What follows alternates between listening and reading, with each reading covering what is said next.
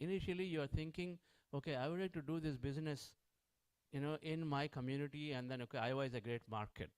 But then later, suddenly it'll expand into why not the entire United States? Why not the entire globe? Your vision start expanding automatically. Now, meditation is a catalyst, we know it. So, it's a natural process for anyone to grow, but meditation, a catalyst. So, it accelerates things pretty quickly, right? So, the second phase is expansion. So, all our dreams and projects, everything will grow provided we are in the process, we are doing the things right. That is our meditation, our wisdom, learning, and then we are constantly interacting with them, getting motivated, inspired with people. These three things have to be done always. So phase two is about expansion of our targets, of our work, right? Significantly we expand. PMC started and said, okay, I would like to go and then have from YouTube one channel. Now you see, I don't know how many of you know, PMC Telugu has like 12 channels. I mean, 12, apart from many branch offs, they have like 20, 25, 30 channels now. Each one has got millions of subscribers. Okay. Expanded vision. Start with one meditation channel, but then expand vision to so many. All right. So many wings, branches, everything come. But third phase will go where we integrate. We have to come together to integrate people together, right? Individually we grow, but collectively come together. 1 plus 1 becomes 11, not 1.5, right? And so we will approach that model. Even spiritual masters also come together and integrate. We got to come together, integrate. Now the GCML that you saw is a project of integration. We had heartfulness there. We had Brahmakumaris there. We had Vyasa. I don't know.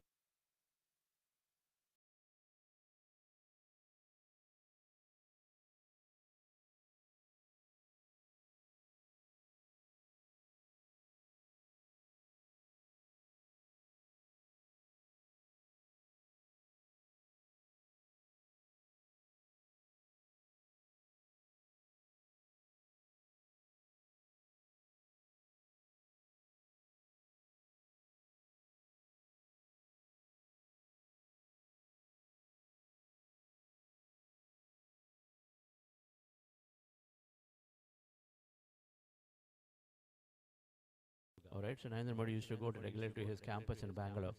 And so then he was there, and of course, Buddha Siva's coach program is certified by them now. They're a deemed university, and so we have certification. When they allowed our meditation, that he is a good friend of Patrisa. The moment we met him and said, we are doing this coach program, scientific and everything, because he knows. And then he said, yes, we'll be happy to certify a coach program. So we have a certification from them so that you have something very well recognized in the world in the field of yoga and meditation, right? A Bangalore University or some university giving you a certification for meditation is different from Vyasa is giving, because Vyasa, if you look up, they'll have hundreds and hundreds of publications on yoga that are published. Now we want to drive the research towards meditation more and more. They've done less on meditation, more on yoga, and this is our intention to work with them to move it into the meditation. But he was there. So we had many organizations coming together, and then having this whole meditation to go. One of the members there is planning commission members. When I met people during this course of this whole global conference of meditation leaders, the beauty is that we all can live with so much hope, because in Indian government, many senior people are meditators. They've got an amazing clarity, and they want to see that everybody becomes a meditator. This planning commission member is a meditator. He is in charge for health, and he's an AIMS doctor, senior AIMS doctor, head of some department, and became planning commission member. Planning commission, means Niti Ayog now. Means for next 5 years, billion people they drive the strategy and policy, all right? So very important. What did he speak about? He's Dr. Vinod Pal. What did he speak about? He said, and it is beautifully laid out, I would like to see that every student and a child get to meditation. This is what he was saying. I would like to see that there is something called Anganwadi, where these young mothers, right, mothers who are carrying and mothers who are nurturing young babies, and then they'll be taken care and they're introduced to meditation, so that then their emotions are nicely playing onto the children. So he got his priorities right. He said, these are the places that we have to immediately go, right? So we got some great people. Ministry of Ayush, they're all are full of meditators. I'm at a joint secretary and legal department. He's like full of meditation, exuberating so much of positivity in legal, right? So we felt that they're all the top bureaucrats are beautifully set up to take meditation into this process, and it is bound to happen, dear friends.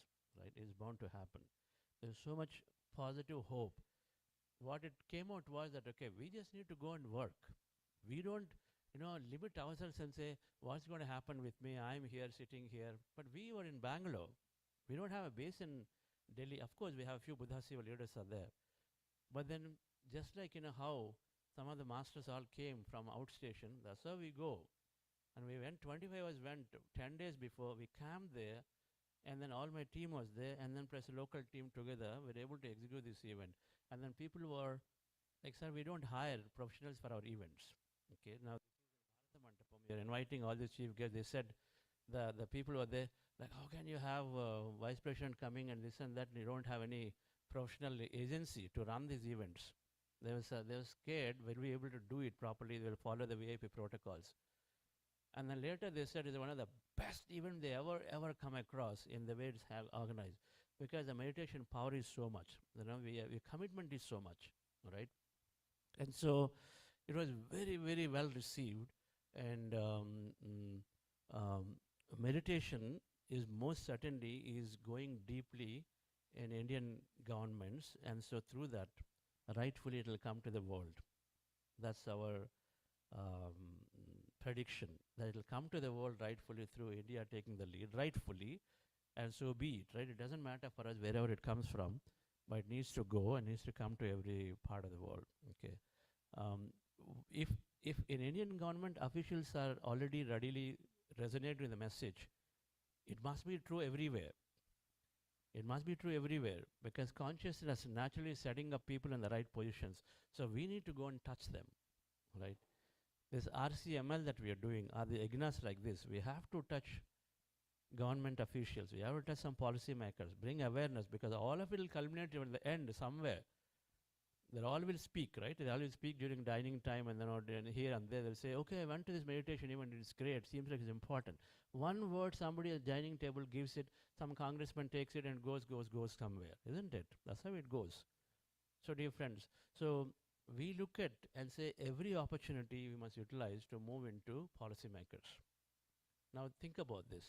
Brahma Kumaris as an organization started 100 years ago, 1930s, close to 90 years now. Right, Brahma Baba started that time in Lahore. Now, 90 years later, he keep hearing from Karthikeyan sir, because he's a good friend of them, that they have about 1 million followers readily there worldwide. How many million people are there in the world? How many million people are there? 8,500 millions. 8,500 million. After 90 years, one organization, which is so respected organization, has about 1 million followers, meaning deeply they are there. When you send a call, they'll immediately respond with something. When are we going to reach 8,500 million then? When will we reach 8,500 million? After 90 years of Brahma Kumaris and 100 years old organizations, a big organization, they're all at the end of the day will be only counting million, 2 million, 3 million, 4 million, 5 million. That's where it is. Those who seriously practice meditation, unless the state comes into picture, the government comes into picture, then it is going to be an ideology spreading ideology. So we got to get there, dear friends. We got to get there. We got to move into the official environments, right? We have to figure out a way where a meditation goes into schools in structure. It cannot depend on Anjali Madam being called. Oh, I need meditation, call Anjali Madam. It has to move from there to, oh, meditation, it is there. It is there in your corporate environment. It is there in your schools by default being taught. So the literature has to be there. That's where Patrice did the first step. In PMC, it moved from master to a channel, a medium. We say now these days, okay, go to PMC and learn. Right? So dependency is removed on people, isn't it? Otherwise, your phone number has to be accessible. You have to check email. Otherwise, that person doesn't have it. But here it's accessible all the time. So that's how we think about how do we move this into a system. Education is a great system. Then once you have the syllabus, structure, courses, then it runs. Right? It runs, universities decide, and then it runs and it goes into it. So our efforts, and then Buddha Seva Quantum Foundation is working in these areas most of the time while we are, of course, coming and then meeting people as much as possible and doing it. A lot of our effort goes in how to reach it to the policymakers, awareness creation. And then the St. Louis RCM is also a similar direction. We are working, we are reaching out to many government officials there. It is okay to start somewhere, it doesn't matter. We can't conquer the world. We have to start with a village, but we want to conquer the world, but start with a village, right? A journey of 1,000 miles begins with the first step. And so then we are okay to start with the little St. Louis commissioner or whoever that is, but we are definitely having some of them to come, mayor and some of them. And if you know any officials that they can respond, please do invite. And it'll be great to have them sort of come sit down for a couple of hours, get to know scientifically what meditation can offer. In this conference, that's what it's going to be later. We'll play a little video about this too. But our efforts are there. Buddha Say Quantum Foundation is trying to reach out to the government sector as much.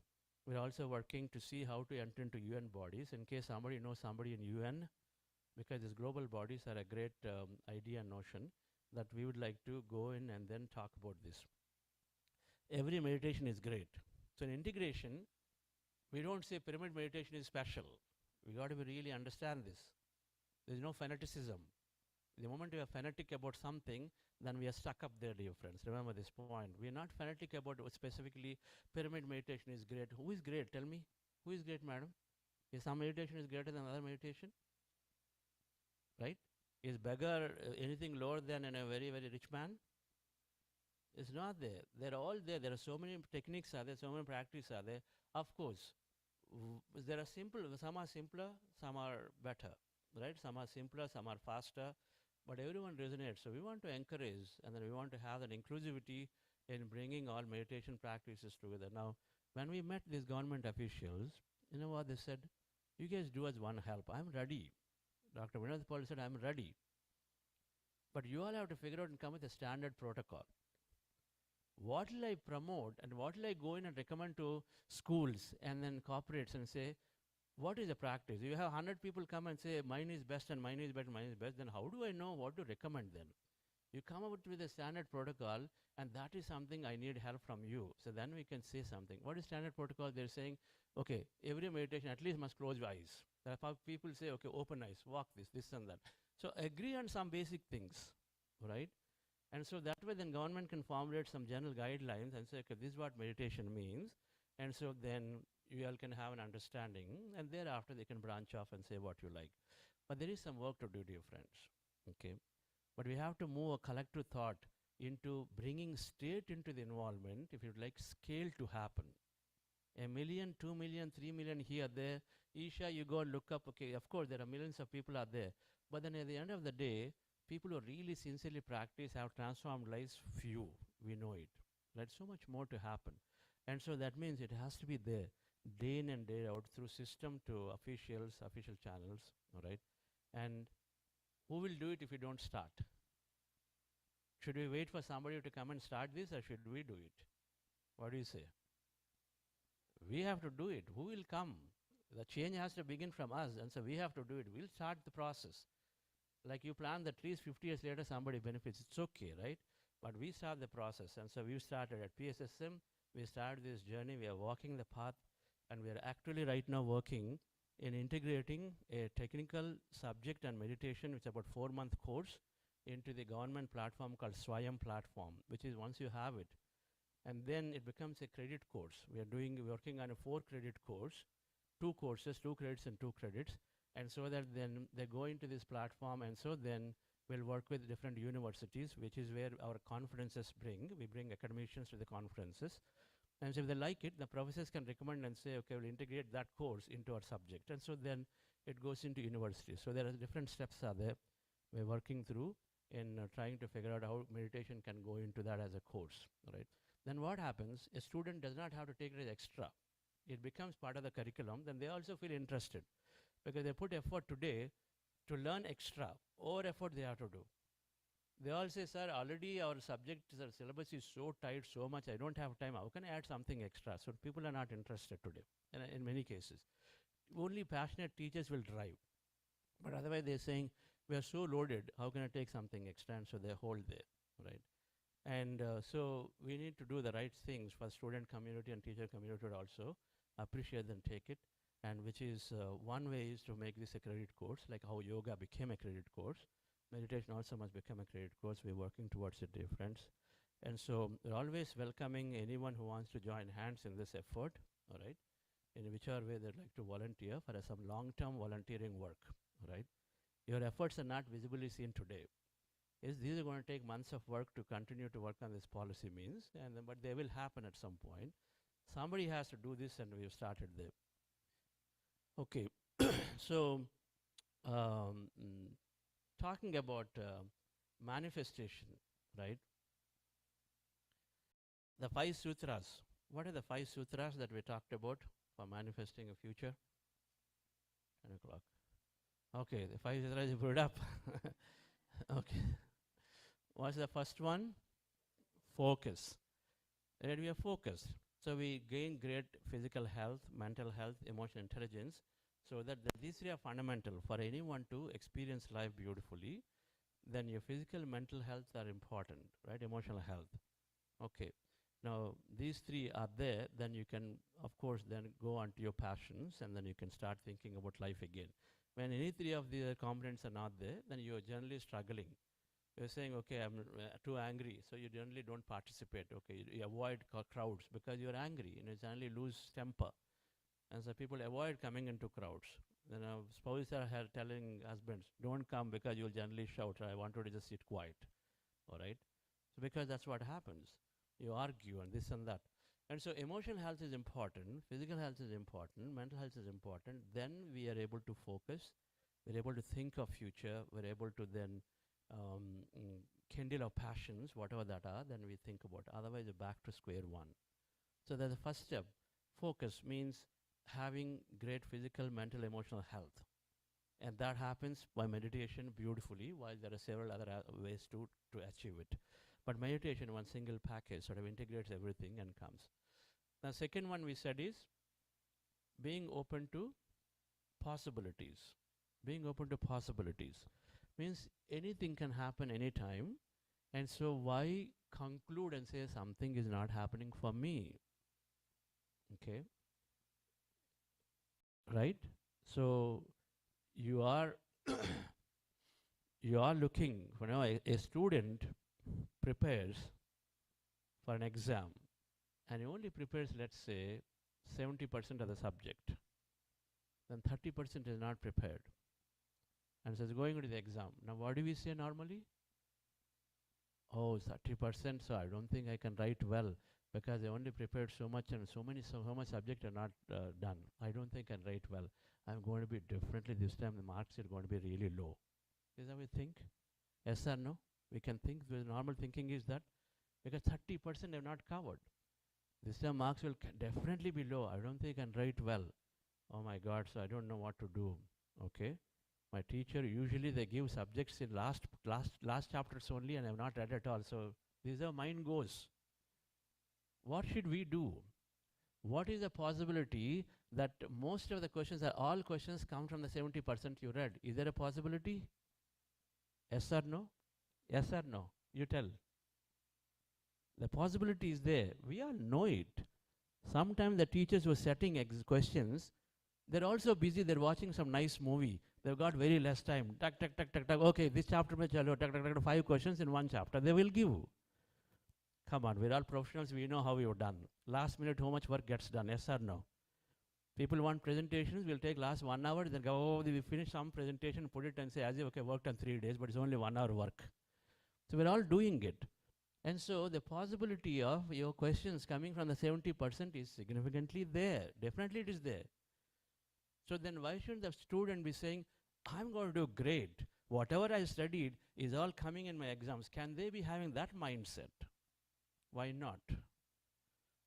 Okay, at least don't say, I'm going to be failing this time. I don't think I'll really score well. Already I have poor grades. This time it's going to be even worse. So I think I'm going to fail. Why should you even have the dialogue? Okay, keep quiet. Okay, fine. I did my best. Within what is available, I did my best. I'm going in and writing. Let me see what happens. Be very open about the possibility. Right? A cricketer must have, that's what we're saying, they must have the strength and say there are only 18 balls left and you got to score 50 runs. Possibility is there. Of course, there we are computing so much possibility. Every Indian is saying, oh, okay, 6 more balls, 6 into 4 runs, 24 runs are still possible. We're all counting like that, isn't it? Who are cricket fans here? We count like that, no, sir? All the time we count and say, last ball, okay, you still can say, oh, 6+1 throw also can be there, 7 runs can come. No ball can happen. So we are thinking so positive and have possibilities. The same level of possibility we have to think in everyday life. That's what working with possibility means, right? We got to be open to the possibility. Why unnecessarily conclude? It doesn't serve us anyway. Saying that I'm going to fail, things are not going to happen. Our delivery, 80% we have done, 20% we couldn't do. We're going into the meeting tomorrow, next month, review client.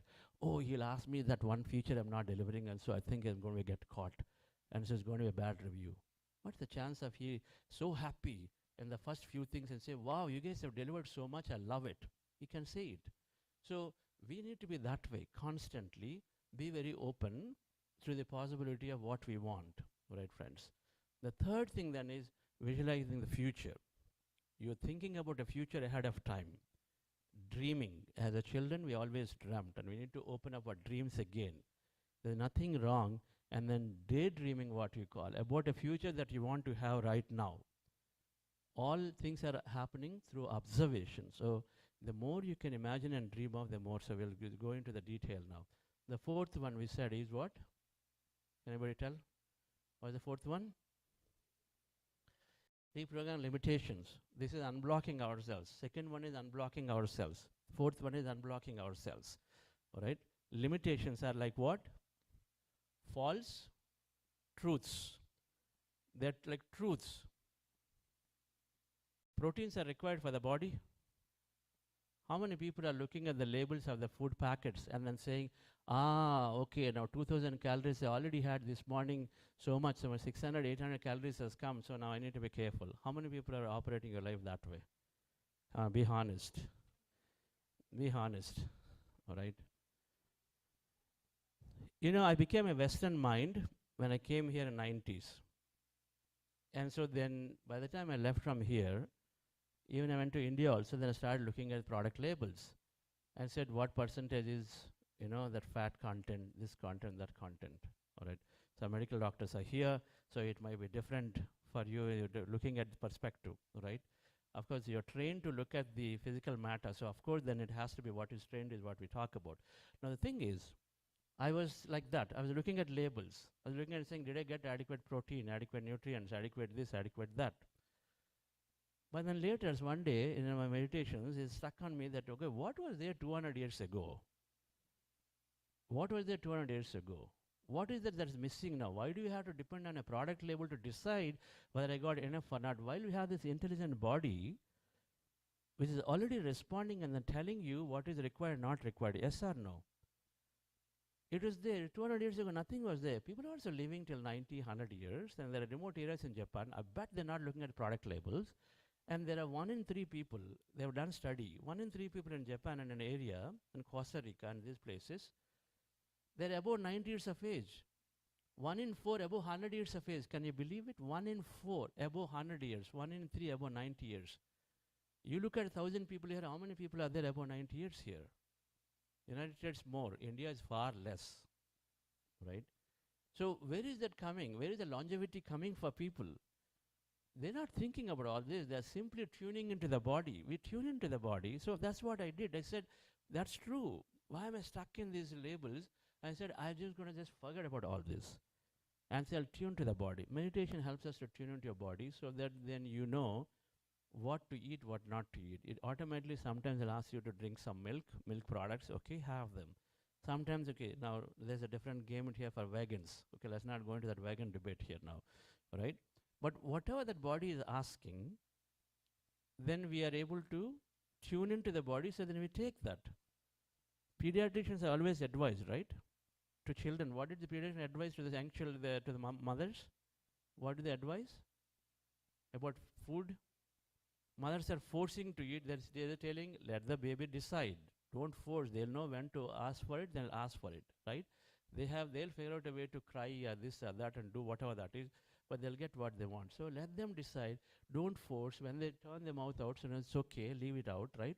So that means they're deciding based on the body's tuning in. So children have the tuning in capability, which you've forgotten. So dear friends, I gave up looking at any product label, and then since 2002, ever since I took the decision, and then 23 years later, I have not visited a single doctor, neither had to go to any checkup at all whatsoever, all right? And then you live. COVID time, we have a secret way of avoiding the vaccinations. We did that also to travel.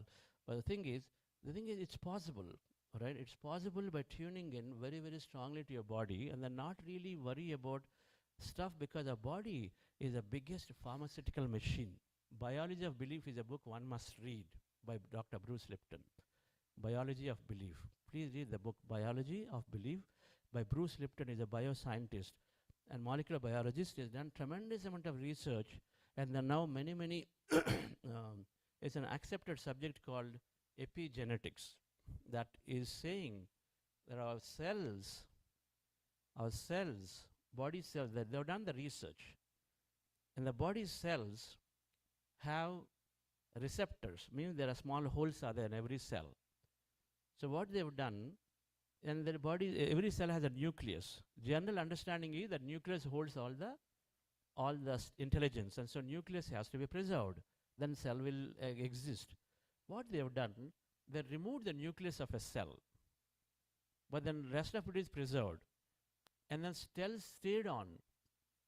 The cell stayed on, but when they ruptured the membrane around it, that cell immediately died. When the nucleus is removed and then the cell membrane is preserved, that means the whole perimeter, receptors are preserved, cells stayed on for multiple days. When the nucleus is there, but then cell membrane, which was ruptured, and so it immediately died. So that's when they figured the cell receptors are receiving signal from its environment. It's called electromagnetic signal, which is full of thought and information, that it is receiving the signal first, and so then is able to respond by upregulating new protein to upregulating the genes to produce new protein, right? The entire genome experiment is that. They thought one protein, one genes. But then when they did genome experimentation, they found 110,000 protein, but only 23,000 genes. Scientists are baffled. Where does this come from? One gene, one protein, but then 23,000 genes only they could find in the body, but then they're seeing 110,000 proteins. Clear that a gene is expressing differently. How is it expressing differently? Different thought signal.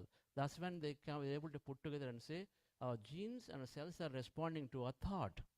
And so the environment of a cell is the thought and electromagnetic field. A thought is electromagnetic energy. So what talk are you having with your body is what communicating to the cell to say, should I perform poorly or greatly, depending on the talk that we have. Depending on the talk that we have, dear friends. And so the point I'm saying is that if you think that today I had too much of fat and it's going to be really hurting me, you're hurting yourself just with your thought.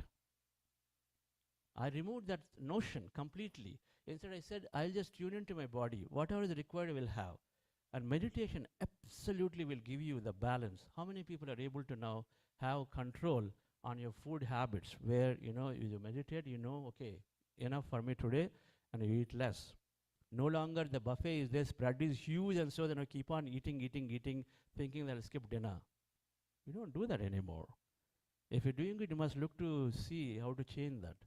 Instead, you're only eating 80% full because you know it, okay? That you got to keep that much of space out there, and then automatically your body will reject and say, enough Baba for today, I'm going to do it, dear friends. You tune into your natural signal that is there, and so then what's the point about all of this? When I travel to, let's say, Asian countries, European countries, this country, I'm free from my mind of what I'm getting and not getting, dear friends. It's simple as that. You're free. A big anxiety, headaches, all of these things are gone because you're not there. Okay, someday you go in, they don't get anything, only fruit is there, some salad is there. It's okay, no problem. All right, no problem. We have to become free from things that are body, because body is simply responding to our thought and mind. If you're doing manifestation, I challenge you to work with your body, make it an experimental ground, and then do it, because if you do it here, then you feel so much conviction about your life elsewhere in manifesting things many ways, because here you apply through your thought, heal. Through your thought, heal yourself. right? Everything is right. Okay, things are going to be great. You had street food yesterday. Today, your behavior is, oh, okay, it's a little bit of grumbling. Oh, it's because of that street food. You simply go and put an analysis. It may be true, may not be true at all. Do we know for certainty it's because of yesterday's street food things are happening? Because your belief is happening. Remember this. Change the belief and see what happens. So then you're enjoying, you're suddenly getting a new experience. You go to Bombay, you eat vada pav on the street. Live it. What's the point? There are thousands of people eating, then why can't your body support it? It's simple as that, dear friends. It's all about mind to matter. There's another book that we talked about, Mind to Matter by Dawson Church. So please read this book by Mr. Dawson Church, Dr. Dawson Church. Amazing, amazing book that is written, and that came recently in the 2018 or 19. One of the best books for the century that has been written already. Okay, and just fascinating, simple fascination of the experimentation that are there, so scientifically covered beautifully. And so then we are exploring through our mind, dear friends, that every creation, right? Okay, can you play the video, Patri sir, before we start off this? So now we're going to drill down. So we covered the fourth one, reprogramming limitations, right? The point I was saying was that go beyond the physical food limitation and this and that, just sleep limitation. How many people sleep less time now? That 8 hours was such a strong thing in my mind. I said, no, became so much strong Western mind. When I went there, now 20 years on, then I'm sleeping 4 to 5 hours consistently, and I'm not a great thing about 4. There are people who sleep 2 hours.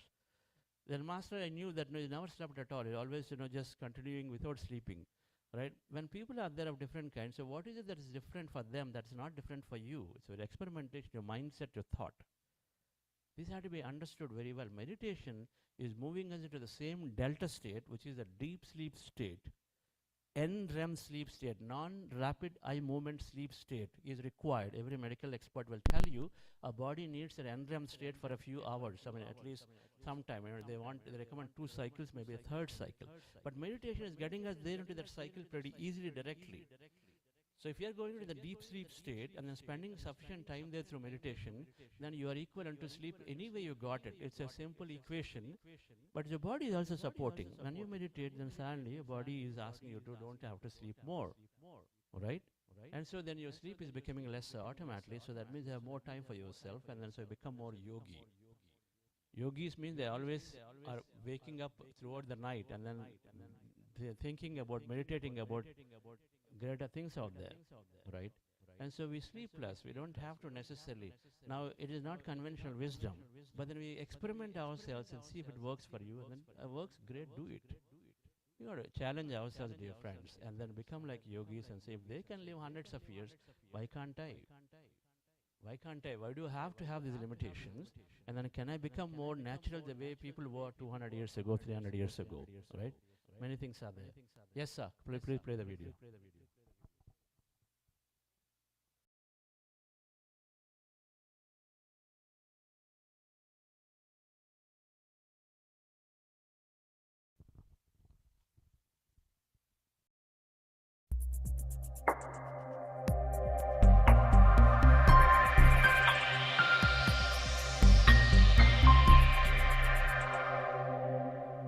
Meditation plus visualization is equal to manifestation. When you have understood this formula through your own experience, you have become a master.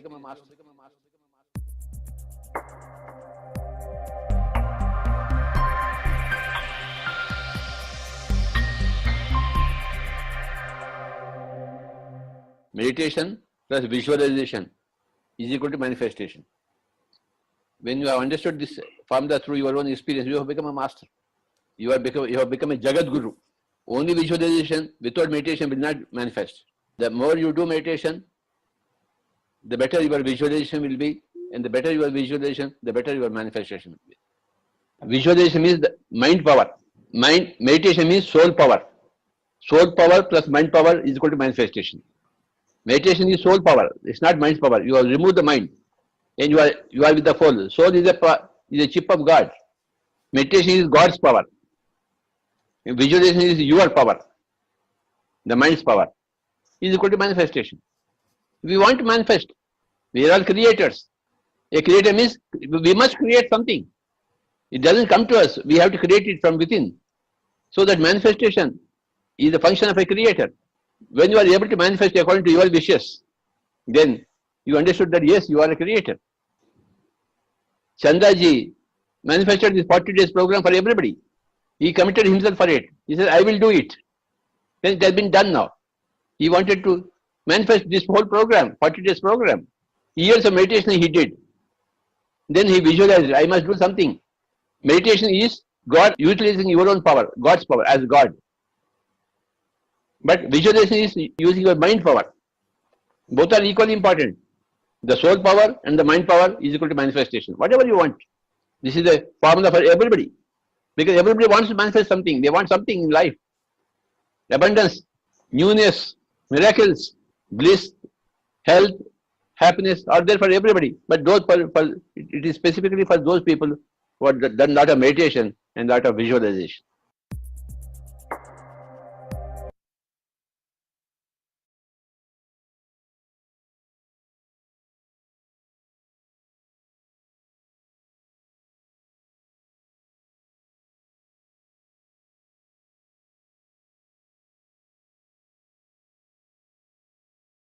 Right.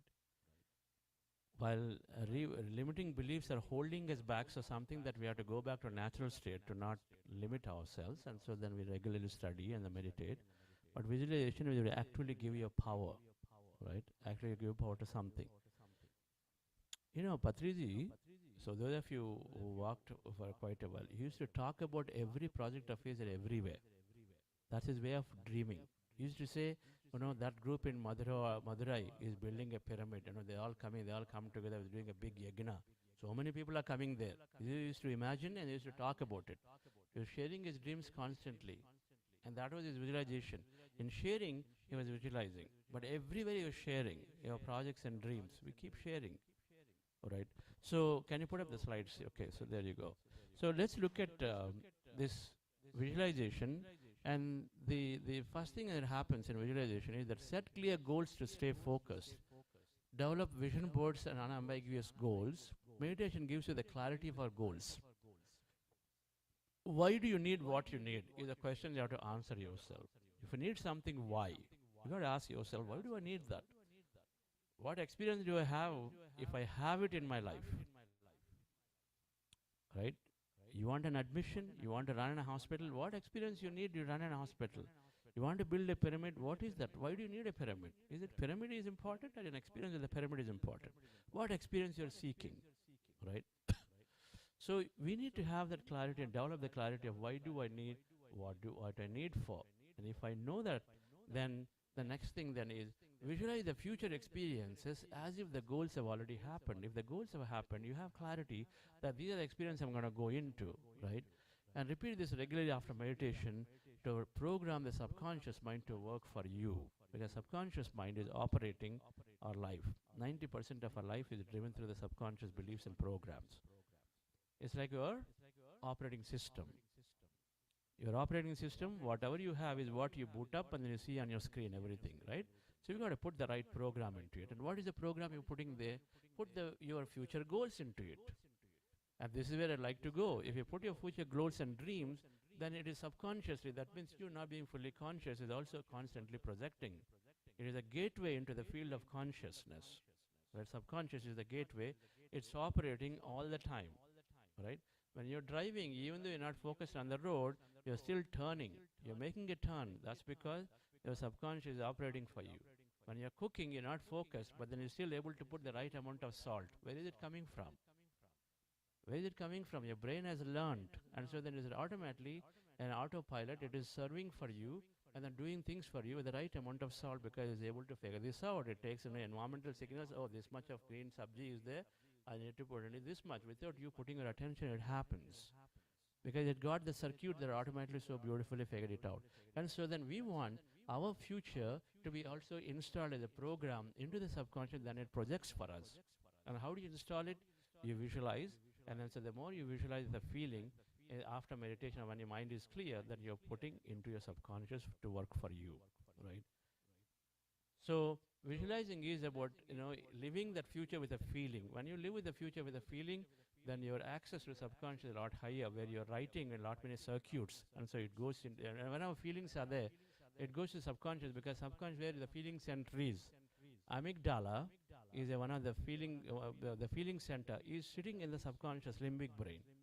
And so the feeling center, all the feelings are all there, produced through our chemicals and all of that. So it needs to go and record there, and the long-term memory is also in the subconscious mind. And so when you visualize this feeling, then things are going straight down there into the subconscious, so that you program. So a vision board is a place where you are putting clearly what is that you want. All right? This is what I was talking about. We can draw the vision board, you're given a chart paper. So what is a vision board? It's sort of, there are three things it is achieving. Number one, it identifies what matter most to you. What's important? When people start vision board, sir, I have this, my children's, my education, marriage, my property, my, this, my meditation, so many, 20 things will come. 20 list is there, everything you want. Who doesn't want everything? Everything you want. Then you have 20, then, it's like anything, right? Your energy is dissipated to many areas. Until you increase your energy level significantly high, then you say prioritize something out of it. Sir, it's becoming difficult. I don't know what to do. Everything looks important. Okay. Prioritize. If you have only 1 year left in your life, prioritize. One great way of asking a question to yourself. What is most important? Only 1 year is there in your life. Truly. Ask those hypothetical questions. So then suddenly you will drop a whole bunch of things from it. And say, these are 3-4 things that are important. Okay. But prioritize, a vision board will sort of get you to document and say, this is most important right now. And yesterday, if you connect, I was showing the slide from Esther Hicks. Your predominance of thought is you become. Your predominance of thought. Whatever is your predominance of thought right now. So that means it better be that what's most important moves up into you and is be there in your vision board. What's most important. And then everything else, you sort of take it as a list 2 and list 3. If under 2 years, people are telling us 80-90% of the vision board is fulfilled, that means in 2 years you can write a new vision board with your rest of the things, right? So think that way. So no worries. There's time eternal is there. Everything is there. Nothing to worry. And we never miss anything in life. And so, dear friends, what we say is that you prioritize. Vision board helps you to prioritize what matter most, number one. And then number two, once you have it, it helps you to visualize. Visualize about that thing. Because when you're drawing a vision board, and what you're typically doing is, okay, my business growth. Now you're drawing a picture about some kind of a graph that shows, okay, business is growing. All right? Your promotion, and so the promotion is to great life. You're putting some dollar symbols there as a promotion. You be your own, somebody who's drawing nicely. I mean, you don't have to draw nicely, you just have to draw. While drawing that business growth, as you draw a picture, then you sort of have in your mind, what are the experiences that are going to go through if your business grew to the way you want it. Business grew, so you suddenly got $1 million profit. So what are you going to do with the $1 million? Our business grew, and then so suddenly, because you grew rapidly, you're going to be recognized as the top 10 fast-track companies. One award will come. Maybe that's what you're looking for. So visualize. So think of those experiences as you draw your picture about your business growth. I'm receiving an award, and so then I'm a lot of profits I'm giving for the charity. I'm doing a world travel, or I grew suddenly, so people are inviting me to the conferences for me to present and say, what is the secret of a success you're presenting? So the different things will happen. Whatever is that is important for you, as you draw your picture about business growth, think of those experiences, even if you're not able to put them as a picture in there, think of the experience in your mind. So that's the second part in the vision board is, it helps you visualize. When you look at the vision board every day as you're walking into your bedroom, it is there. In 10 seconds, you're able to capture, this is it. These are 3 things. I drew a vision board in that workshop. This is most important. And so then suddenly your attention goes on to the 3 things again and again and again, right? It sort of helps you to connect to that.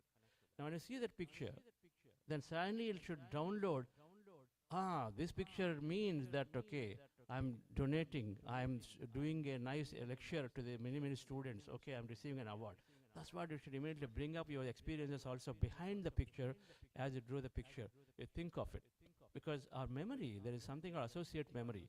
As you're drawing and you have a story associated, memory, the brain is sort of forming several neural circuits in all ways. It calls associative memory. When you look at the picture, suddenly it pulls everything associated with it and then runs it in your mind. So then what you recollect is what you grow. Right? Cells that fire together, wire together. That means every time you recollect information, your circuits in the brain are connecting more and then forming a bigger circuit.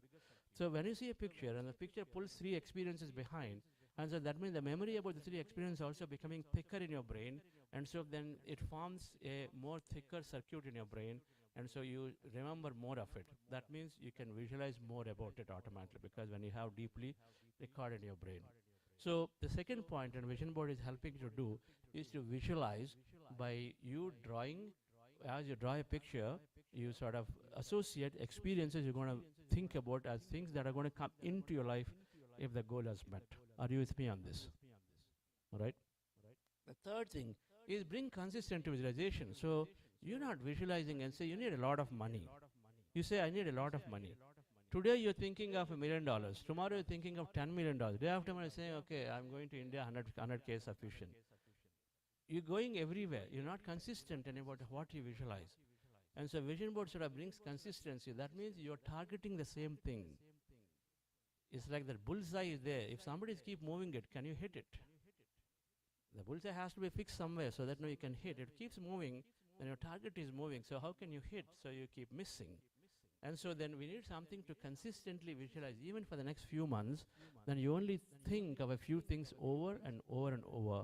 And so then, of course, you bring it to great reality, dear friends. All right? So what I say is goals to be clear and unambiguous. Don't say, I need a lot of happiness with my family. Define it. What's a lot of happiness? Some people are contented by having even 10 minutes or 15 minutes of child time with their spouse. Some people are not contented even after having 3 hours of time. So for a universe, when you say a lot of happiness, okay, I'll give you 15 minutes of time with your family and then be happy about it because you didn't specify what it is. It's up to you where you want to be. If you say 15 minutes is good enough, then be happy. Don't crib and say my manifestation didn't work, I wanted time, but then here I'm only getting 15 minutes of time and rest of the time they're all busy doing what they're doing. All right, so a little bit clear about what you want, right? And so ambiguity means you don't know how to measure yourself, whether you're reached or not reached. So for that, it will be a little more clear. So that's why we say it's always about experiences. It's not about what and how much. It's about experience. Okay, I would like to spend as much as possible with my family in a way that I'm deeply satisfied. Spending time together, maybe dining time, maybe it's an evening time, a park time, whatever. I'm satisfied to the core. That's all you care. Your satisfaction need not come for spending 2 hours. Don't try to go after the quantities. Instead, focus on experience, all right? Because you may be spending a super quality time for 20 minutes with your family together and you say, wow, this is great time, isn't it? All right? So the notion of quantities have to go away into something qualitative experience that you're looking for, right? In the end, all life is about having an emotional payoff to experience something, right? It's all about that. You're seeking joy and contentment. And so then why not ask for joy and contentment in many ways? Okay. And so bringing consistency. And so we are saying that to make them unambiguous. So be clear about your experience. And the more you're clear, the more it is going to come in. I'm going to show some examples. And then goals should not restrict others. This is the most thing. So a lot of people ask, can I manifest for somebody else? Okay. Can you manifest for somebody else? Yes, you can wish for the greater good. But don't wish for their becoming a medical doctor. They're becoming, next year they must go into the graduation and then must go and finish the next 2 years. Who are you to specify what is the right time for them? Okay. With a limited linear thinking, we say that this is what we've been told and so this is what should be done without in thinking about it a second time. And so we don't restrict others. But yes, if they're ready to party with you, they be part. It's like, two founders come together. If the two people are thinking differently, it's not going to happen. One goes this way, one goes this way. You got to do the same thing. You look at and say, my children are my partners. They have to be seen as their partners. And so in a partnership, then you are agreeing to something common. Then only your manifestation will work. All right? You cannot override and say, yeah, they don't know, I'm going to decide, and so then they've got to do it with me together. You can't override. So we have a partnership. Better yet, give them the full freedom, because then they're on their own, on their stance, right? It is like that. So different. So can I manifest for somebody else? Yes, you can. Some greater things for them, wish for them, but then ideally, you want them to do their own homework so that they can be there doing their challenges tomorrow when this again, right? So you want to teach them meditation or tell them how to manifest, visualize, and then to give a jump start, maybe sit with them a little bit, but afterwards they should be practically on their own, which is the right thing to do, right? We're not doing their homework. Of course, we can put our energy to do for somebody.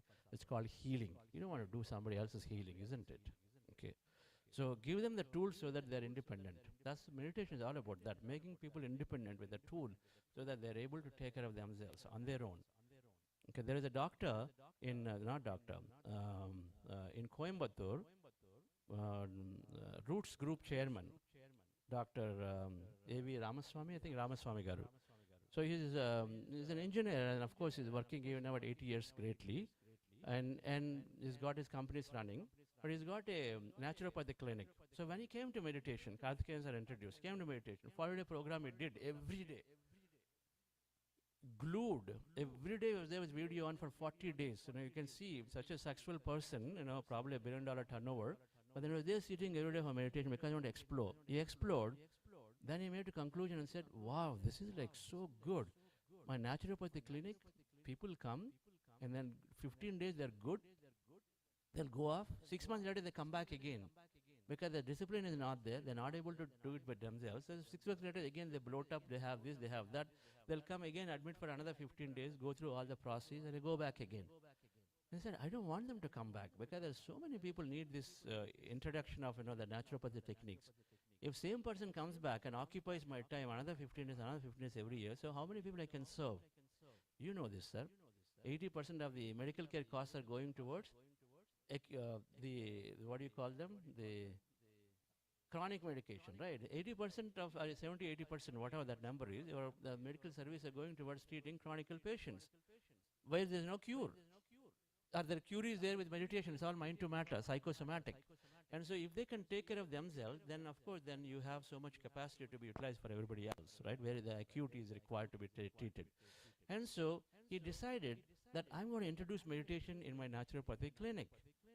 So that the moment a patient gets in 15 days, they will learn meditation, and I will teach them from day one meditation.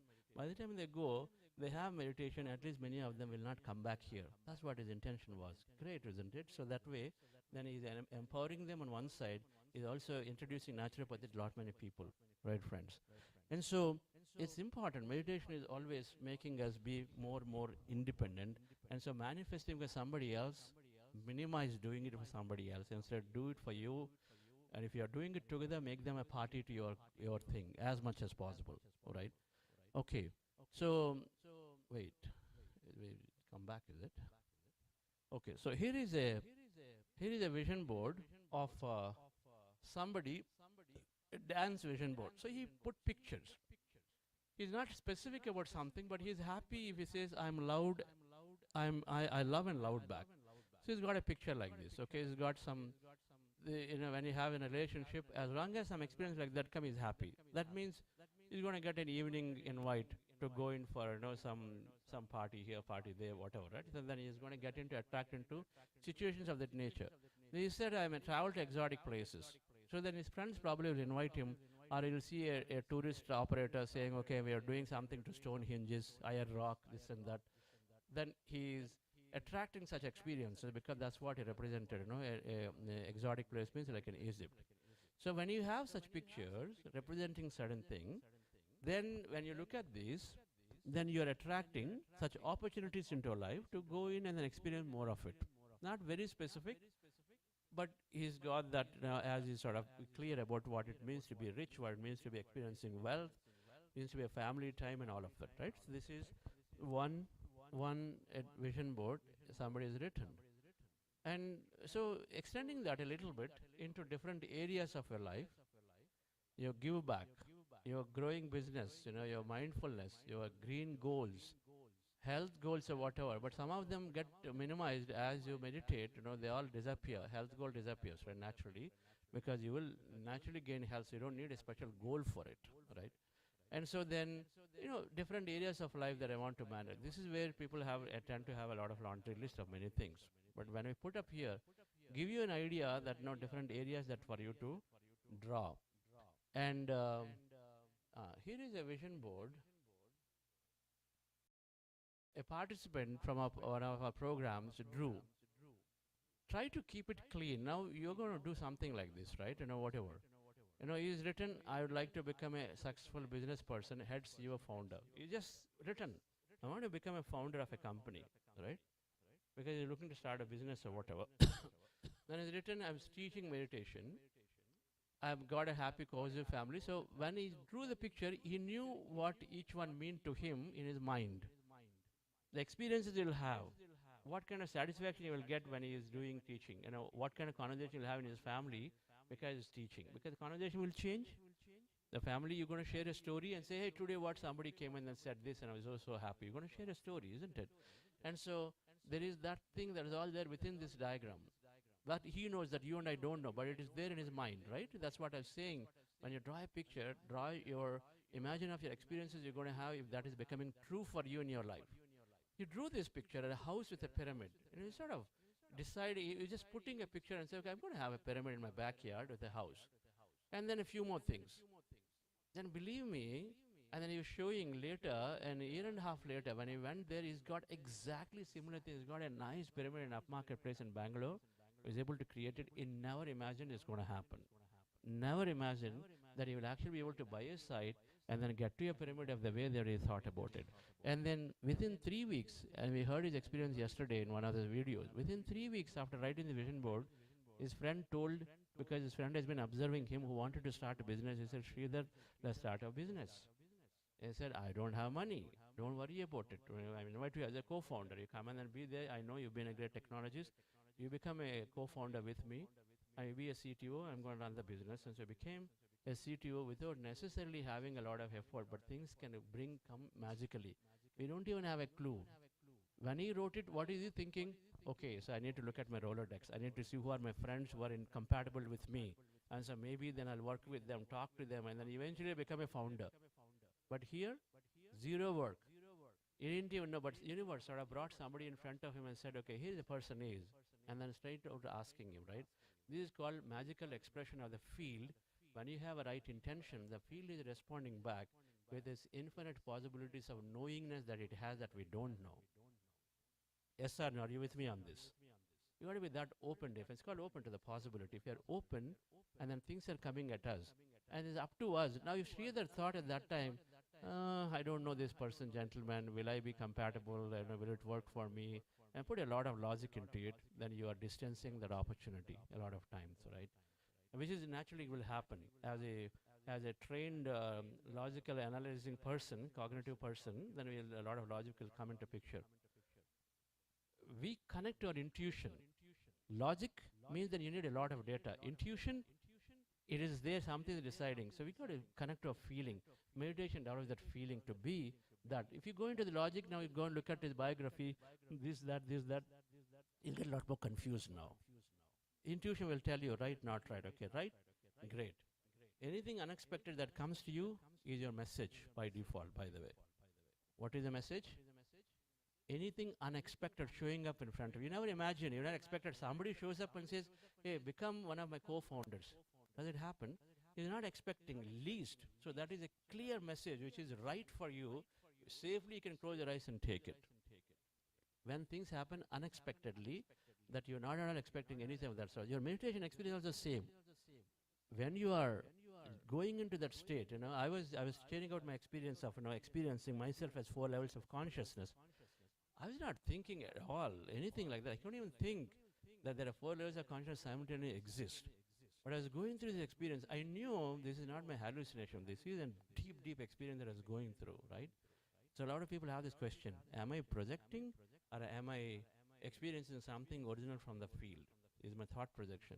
If it is unexpected, involuntarily, you know that this is out of the blue, it's happening to you, that's a message. You're cooking and suddenly unexpected thought comes and say, hey, make a phone call to somebody. That's your message. That's not your random thought, saying and then brush it aside, right? These are messages, yes or no. So this is how we make most out of our intuitive or messages that come in meditation towards a manifestation, right? It's a science of tuning in to our intuition as well as our visions that are there, and then without wavering thought. And so, dear friends, so I'd like you to draw now your vision board. Now, I just want to show this is what I drew in the year 2009 in a workshop with Dr. Newton. Very raw in the beginning stage. I didn't even bother to color it because I was like somewhere half off, right? And I was also going through first time and saying Dr. Newton was saying a lot of things and saying all this true, whether it come true, all of that, right? And so, what is the time now? Okay, so it's good. So then we are about half an hour behind, but we'll conclude this. So my vision board had 4 things. I tend to keep clean. Today, right now, I have vision board. It's got 3 things only, and it tends to stay clean. So I had a thing because I was very fascinated. I was working in Pyramid Valley, so I wrote 100 mega pyramid participation, 100 mega pyramids in the world. I would like to be part of 100 building 100 mega pyramids. This is one thing I wrote that time. I'm so fortunate. Ever since I wrote this, I'm, of course, Pyramid Valley, I'm directly involved. Then I was a trustee for an year and a half in Hyderabad Trust in building the Maheshwara Pyramid. I was very happy there. Then Vellore, there is a big pyramid coming up. I've been there an advisor for some time. And Patri asked me several times to be a managing trustee, but I couldn't give time. So then I was there and but contributing to something that project. And Omega Pyramid, they asked me to be an advisor. So whatever that is, that you get opportunities to contribute. You made a declaration that saying that I like to contribute, and so you get opportunities in many, many ways. It could be monetary, it could be your expertise, it could be whatever that is. But I'm very happy about it in the road, and it's continuing. The second one I had was about seeing, and I said 1,000 residents in Pyramid Valley. I mean, I loved it, Pyramid Valley. It was a project that I sort of had in my heart. And so I said 1,000 residents must be there every day. A vision when I visited Art of Living and some ashrams, and it was very clear that why not Pyramid Valley? Why can't it have 1,000 people every day go through workshops, meditate, go here, there? So that picture had a lot of experience for me behind. For you, it is like 2 plus 2, 4 individuals. For me, those individuals are thousands of people out there in my mind. Okay, what I had. People enjoying in the amphitheater. Many people are meditating in the pyramid. We had this conference hall there, bubbling with workshop people. So all of that was there encapsulated in the mind. That's what I want you to draw. When you draw your picture, that picture sort of speaks to you with stories of experiences you're going to visualize in the next meditation towards the end of it. Right? Visualize meaning you're going to live that experience as if many people are thronging to Pyramid Valley, going into the pyramid, nicely sitting, enjoying, coming out and saying, wow, I had a great meditation. They're expressing it. That's my experience of visualizing. All right, friends? And so like that, I had a business goal, and then I had a goal about traveling to the energies places in the world. And I wrote South America, but that subsequently expanded to the entire world. Once I put my attention onto traveling to the energy places, I can tell you I have traveled to so many places now. Just having an attention and say travel to energetic places, Mount Shasta, Niagara Falls, Sedona, visited multiple times. Himalayas I never visited in my life, but the moment I put my attention onto this, then every year I go to Himalayas now. Some opportunity comes and I go there and then just be there. How many people have gone to Himalayas here, by the way? Sorry, those who have not gone, madam, you have to go. You have to think about going. If you come into meditation, you will go. You will go. Last year, and then 3 or 4 individuals who are 75 plus years old, they came with us for 10-day meditation trip to Himalayas. We went into deeper areas and then meditated there. They were absolutely fine. You will gain so much strength and expanded thought that we will do. The reason I say is that when I visited Himalayas first time, I said, Chandra, where were you 25 years ago? This is the question I had to myself. 25 years ago, I went at the age of 46 or whatever. 25 years is the prime time because there's so much to do. There is so much trekking, going into the water. Ganges is flowing, beautiful. That energy, the majesticity of the mountains is incredible. That if you're a meditation lover, nature lover, you will love it to be there. Because then I said, okay, fine. Past is past, right? You just continue now. And so we look for every opportunity to grow. It's not too far. Don't think of and say, okay, somewhere there I'm sitting here. It's about intention, right? Mount Shasta is a great mountain if you like to spend time in nature. Don't get me wrong, our place itself is great, energetic, what you think would make it to be. But where you have opportunity, we utilize the opportunity and go connect with nature, right? Very, very important. Madam, you are there in Sedona. You loved it, right? Sedona is good? Okay. Enjoy. Please come here and share your experience a little bit.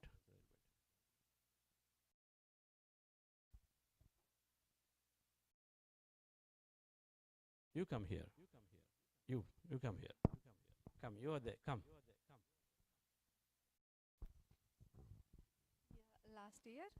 Last year we joined the workshops, same kind of 4-day retreat, right?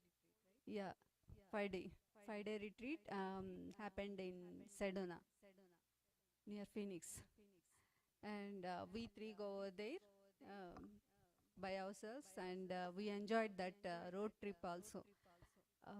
It's like a very scenic and rustic and connected with Mineral Kingdom, and we are there ourselves, and we enjoyed that independence and explored ourselves. Um, yeah, we learned all the things over there, same information, and we are. Now I am checking where I am when I am listening to his speech. Now here I am checking, I am following, or I got stuck anywhere. I'm tracking that all the information, and we stayed there with a group of people, and with the sharing of information, I learned from so many people, already practicing this kind of visualization. Like Sir said, manifestation along with visualization. Sorry, meditation with visualization is a complete manifestation. I'm rechecking my points, what I have learned over there, and satsang is really good over there. Different people across the US. Then I enjoyed the food. Yes, yeah, so many ways. Yeah, so many ways. I don't know what can I say. Yes, doing more adventures in my life, and trying to implement what I have learned, and spreading that wisdom. Um, um, Telling the people, like, experience this wisdom, and experiment, mainly experiment, give it a try. Yeah.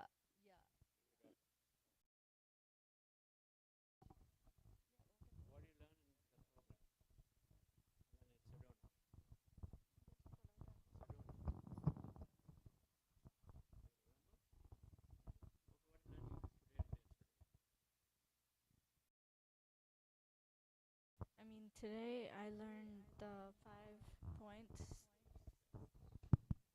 Today I learned the 5 points that you talked about. I don't know if you said that in Sedona, but I I probably fell asleep for some time in Sedona, but it was kind of like a refresher.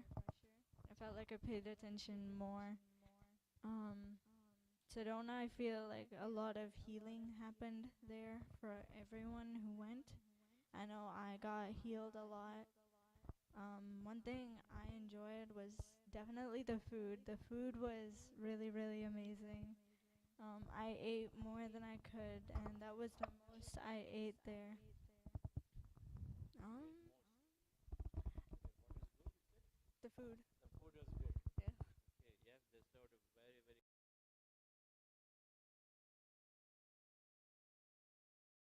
Great. Thank you.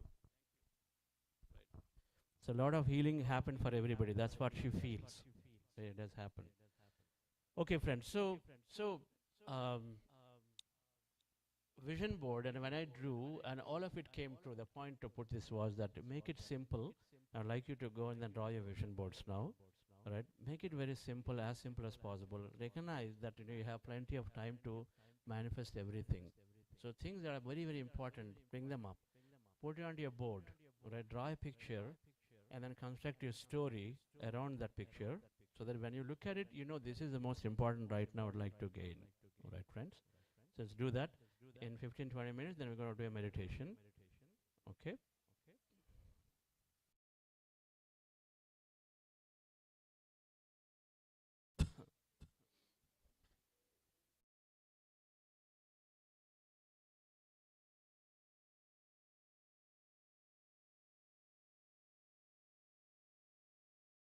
What's that?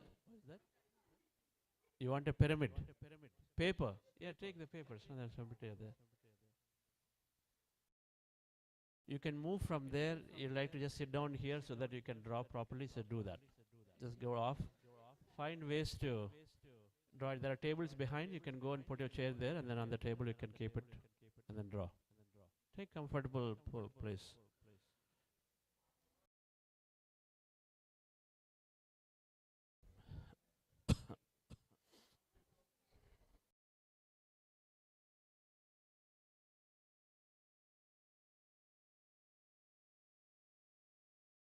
Like yesterday I said, if you don't know what to draw and you feel you have everything, manifest is not about your own things. It's never about material things. Material things is one aspect of it. You can visualize a beautiful planet of people meditating and celebrating life. A world, conflict-free world. You can think about drawing it. It's great, isn't it? You can see that pyramids have come up everywhere as meditation temples. People go in and meditating and finding their peace. Do it, right? So there's so many ways we can contribute for somebody else. You can see.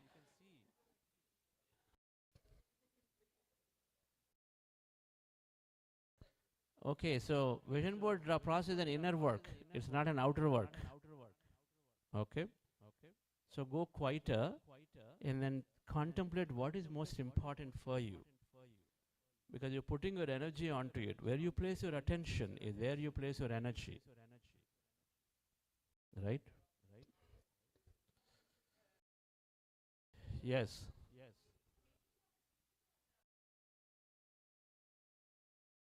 Why? Will that change your vision or what and what you draw?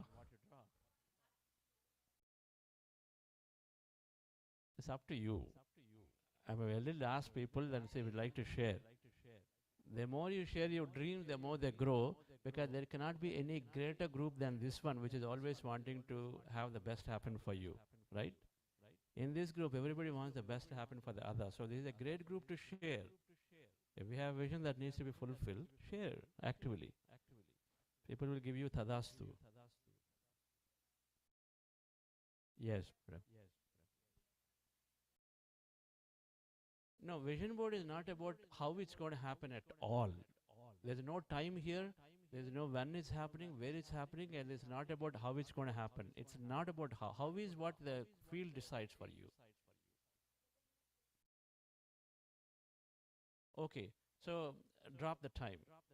I was naive when I put those 2020. Remove the time there and then simply draw experience that you would like to have in your life. It could be tomorrow, it could be 10 years, so you don't know when it's going to come. But then think of experience you want to have.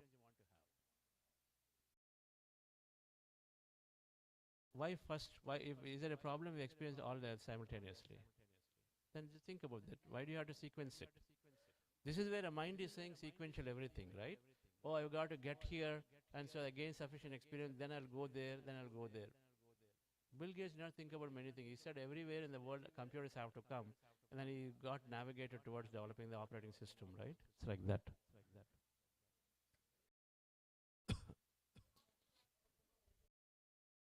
Do you have what? Do you have to write? There's no have to write. If you feel, do it. The more inclusive you make your goals to be, the more you are helped. Sort of think of here. Suppose there are two students. One is constantly helping others, and another is only taking care of themselves. Where do you think the school management is giving some opportunity or noticing and then encouraging more? The one who is helping others constantly. Of course, school management naturally goes, right? Where you get a lot of appreciation from other students, the one who is helping. So think that way, all right? So if you give back, it is a great thing that you are making a lot more inclusion, not only for you, for others.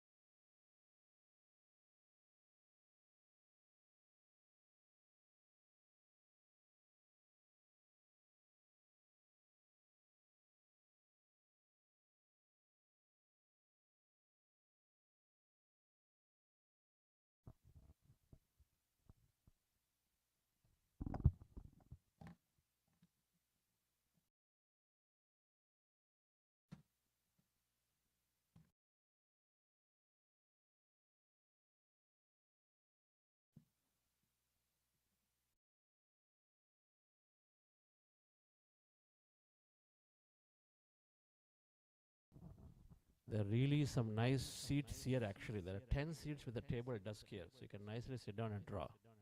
All right? I didn't even see. Oh, today it came here, is it? Yesterday they're not there, right? Okay. It's there, is it? It's back. But they're all desks. You can come and sit here.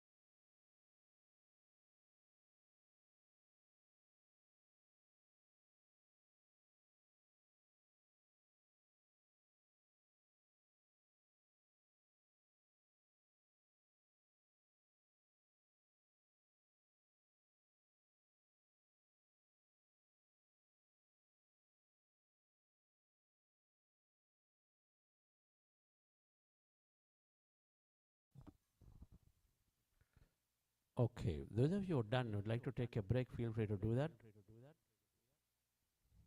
Do you have some tea or something, madam? Tea, coffee are there? They can go and have. Whatever, if it's there, you have it. Otherwise, just take a buy a break or stuff, and then it's 11:10. By 11:20, we'll start the meditation.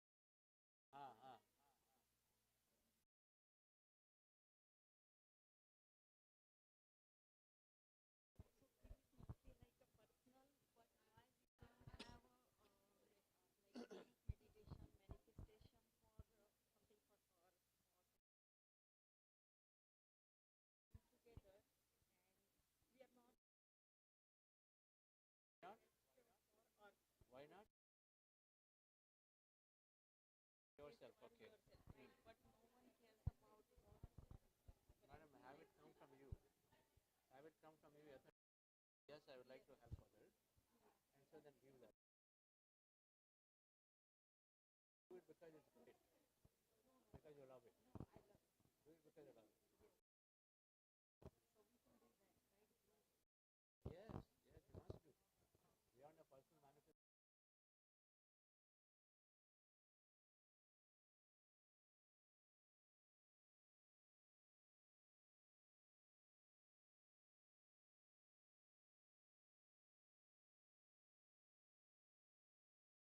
Whatever.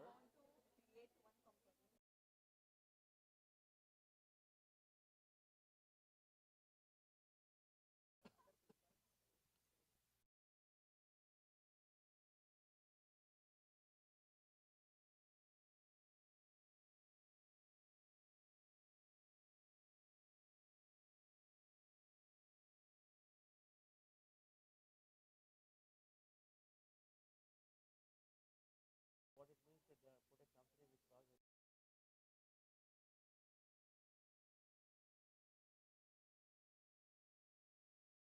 so for that you have an understanding.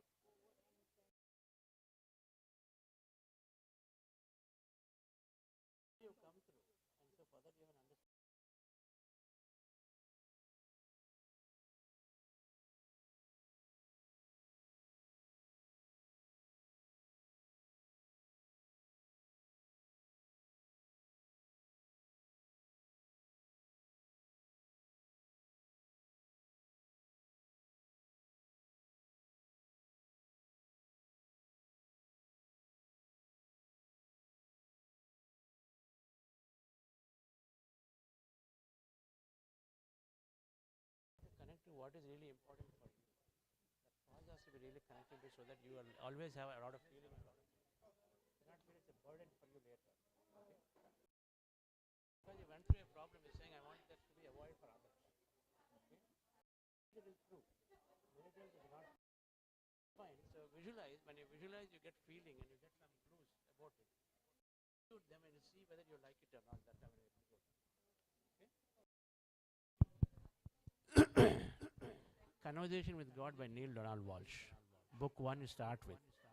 చదవండి, దాన్ని పూర్తిగా అర్థం చేసుకోండి, implement చేయండి, ప్రతి statement దాన్ని చదవండి అందులో. Okay, first understand your self more.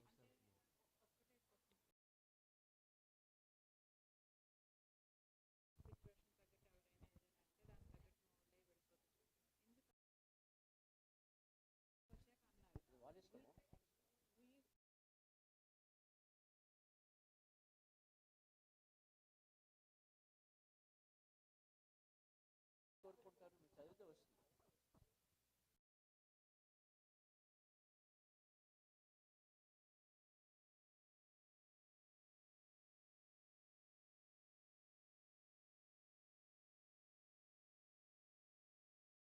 కసాలు కొని తెచ్చుకుంటారు, చదవండి.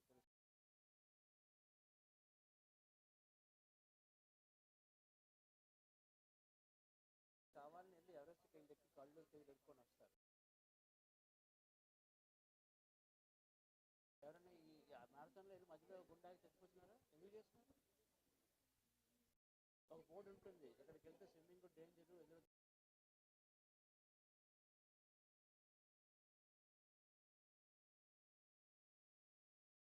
అర్థం ఇప్పుడు అడిగినా నాకు ఆన్సర్ అవ్వట్లేదే. మరి ఎందుకు వెళ్తున్నా? అడ్వెంచర్ చూసారు మీరు కూడా, ఇక్కడ అడ్వెంచర్ చూసారు. ఏముంది మీరు అన్ని అర్థం చేసుకుంటే ఉంటుంది. Because your limited understanding is that madam. ఇప్పుడు మీకు అడ్వెంచర్ మీరు చూస్తున్నారు, అదే మరి గాలి దగ్గరికి వెళ్తే వాడికి ఫిష్ ఎక్కిందా, ఎందుకని వెళ్తారు, ఎందుకు కాలేజ్ వెళ్ళిపోతారు.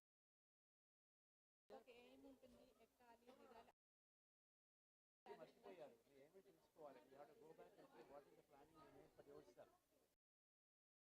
Got your plan and that's why you are going around circle. You have to study first about science of it so that you will go into it.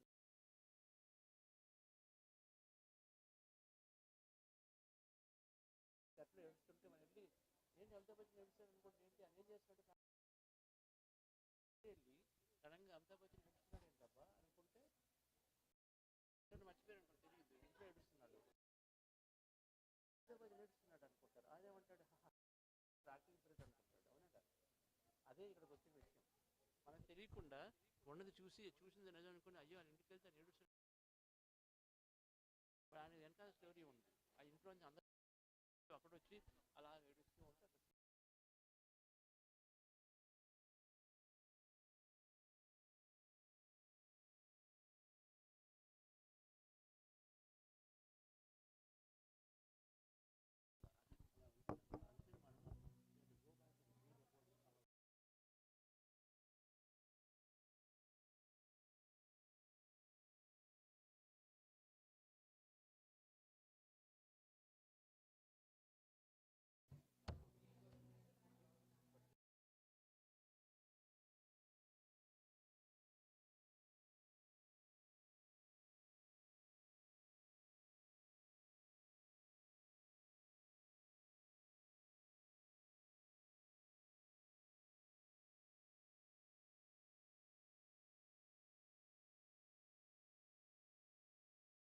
good madam. My first reaction is not going on. Do the boxes. Prioritize. Okay, I'm going to take there it. are some things I repeated. Yeah. Health related things. So do the boxes. But I think you are thinking right. You got a picture drawing.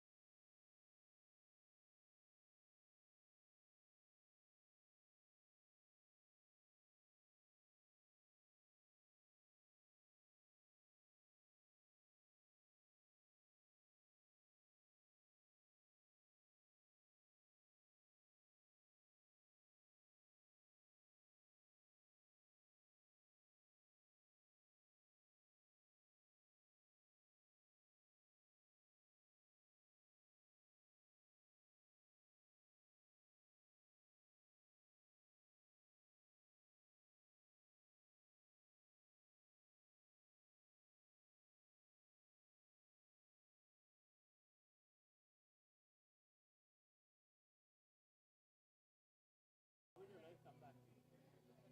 What will your life change with? What is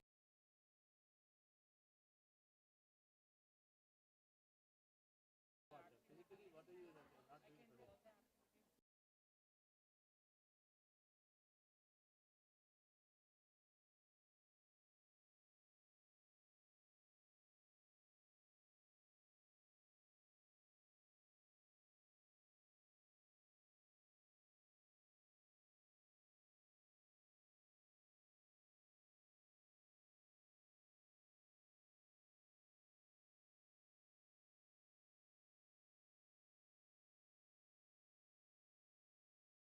You would have forgotten.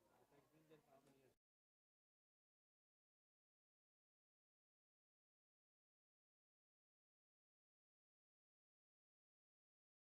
What do you think about life? Because you got used to that. You will say things where you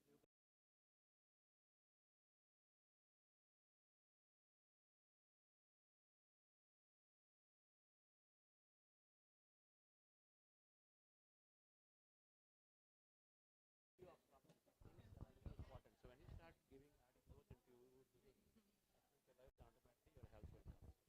Okay? Right. Okay, guys. Yeah. So tell me. Hmm. This is clean. With a lovely vision board. Okay, you've done really, really well. Time, I wrote in my board, but you remove the time. You can become sufficient in the next 2 years, you're okay, right? So remove the time. Instead, you simply imagine of the experience that you're seeking. Okay, but you got a clean vision mode going, which is beautiful. Okay, time you have to remove. Thank you.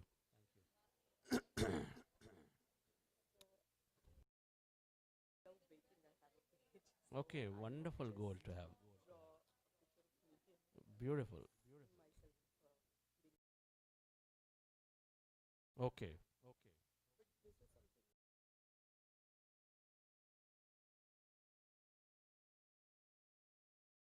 What what is it that if you have that, what will enable you?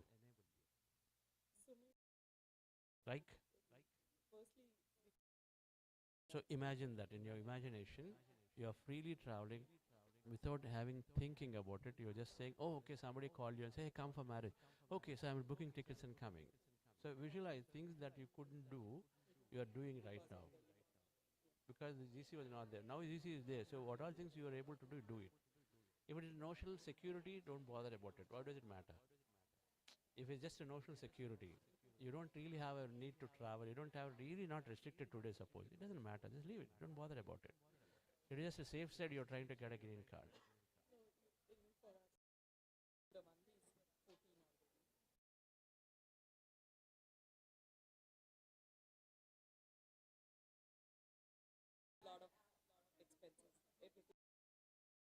Okay, so visualize there is a smooth transition for him that is very freely able to get into the admissions, and then they're asking you an admission, oh yeah, we are green card holders, and so then, okay, fine, then all you have to do is to this.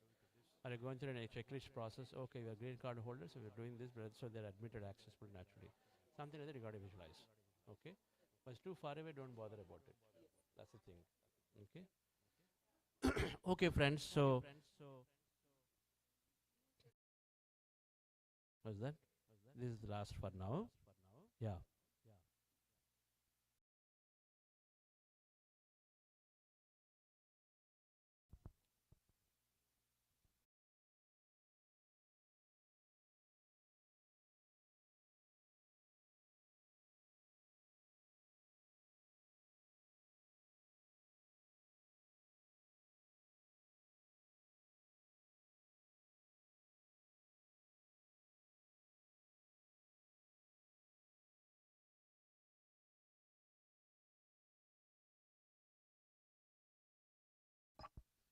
Okay, friends. So, okay. Okay. Sure. Okay. Done. See you. Thank you. Okay, wonderful. Thank you. Okay, friends. So we all have some kind of vision board. So what we'll do, we'll go into meditation. The meditation, like yesterday, we have done the breath meditation, emptying ourselves. When you empty yourselves, then you are clear in your mind. You know, you're calm. You have no thoughts going, no negative stuff coming. All of that. When you do that, and after some time, then the music will change to something very exciting. Please, can you all come back here? The music will change, and it's all exciting music. And it's exciting music because you are going into, stepping into the future. Imagine and dream of the future that you are thought, you drew in your vision board, and then you thought about it. There are a few things. Suppose you have 3 broad goals. Let's say a career growth. Let's say your giving or your meditation teaching work. And then let's say something around your family, or some personal, like books and meditation sadhana and all that. Now each one, you have a set of experiences you imagine. Your career growth, a few things that are there. If your career grew, and so you got a 3/4 experiences that you really, really care to experience. So think about them. There you have 3. Another 3 experiences here around your charity work or around your meditation center work, your teaching. People are telling you, they're coming with their problems, they're able to sit down, solve. They're coming and saying, thank you, changed my life, you feel so good about it, right? So things like that. Things like that. You're writing your experiences, you're sharing with people. They said your experience is awesome. Of course, that comment is going to come to you. So those are the experiences that you are visualizing. So that is another 3. Third goal, another 3. So you got 9, let's say 9 experiences. The 9 experiences, you make it a mind movie. It's like a movie. You're a director of your own movie. And you are saying these are the 9 experiences that are important for you in the next few days for you to experience right now, because those are the most important right now, you're saying. So the movie, you're creating the movie of experience after experience after experience. Now what is a movie scene like? There are 9 scenes are there. The scene is like what? What does the director do in a scene? Can anybody tell what does the director do when he's creating a scene? He wants the highest level of emotion, right? You want to see, make it as beautiful, as connecting as possible, isn't it? That's what a director does. You got to live that moment. People have to go into it. That means there has to be so much of emotion. Emotion means then you got to be crystal clear about what the scene is. What am I going to visualize? Who are the people? Where am I? All right? with the dining table around, okay, when my dad is there, my children are there, I'm talking to them, guys, what today, my day is made. Somebody told me this in my office, I did this comment, because you're thinking about a great career recognition, and then my manager or somebody, my senior VP and the dining, and then they told me this, I loved it, just filled me with so much joy. That's what you're sharing. And the children are saying, oh, mama, so I'm so glad that you actually have this recognition. That's going to bound to happen, right? And so I want you to sort of go into the detail and then visualize whatever that experience that you want to have for yourself, right? And so scene after scene after scene, you are a director, and then you are bringing the characters into it, and then making it as real as you can. And then making it real means you are driving up your body with a lot of feeling. It's real. Can you be that? We might have any kind of problems. Of course, I have a strong knee problem, serious, thyroid issues. Every time it's blocking me to do things. Okay. But here, you are imagining and going into the future, forgetting everything about past. When you go into super visualization, you're overcoming your environment, you're overcoming your time, you're overcoming your current challenges and everything. You got to overcome that. Your situation, space where, all your family members, they're not caring about you. They just, treat you and say, okay, well, who are you? But then here in visualization, you are crossing that boundary. In your world, it's your world. Should you care about what the other thing is? It's your world. In your world, I want you to be fully there. And the more feeling you have, the less you are bringing your current environment into your life. And you got to stay away from a disconnect and then dream into that new world of where you are most respected. The most respect, you're driving out the feeling, yes, I am so complete. I'm the consciousness, my power of thought is so significant. I'm imagining that the people, my in-laws or who are that is coming, my boss is coming and saying, you know what, Chandra, you are like an amazing man. I know you solve the problems and everybody is proud of you. They're coming and then telling you for little things you do or big things you do.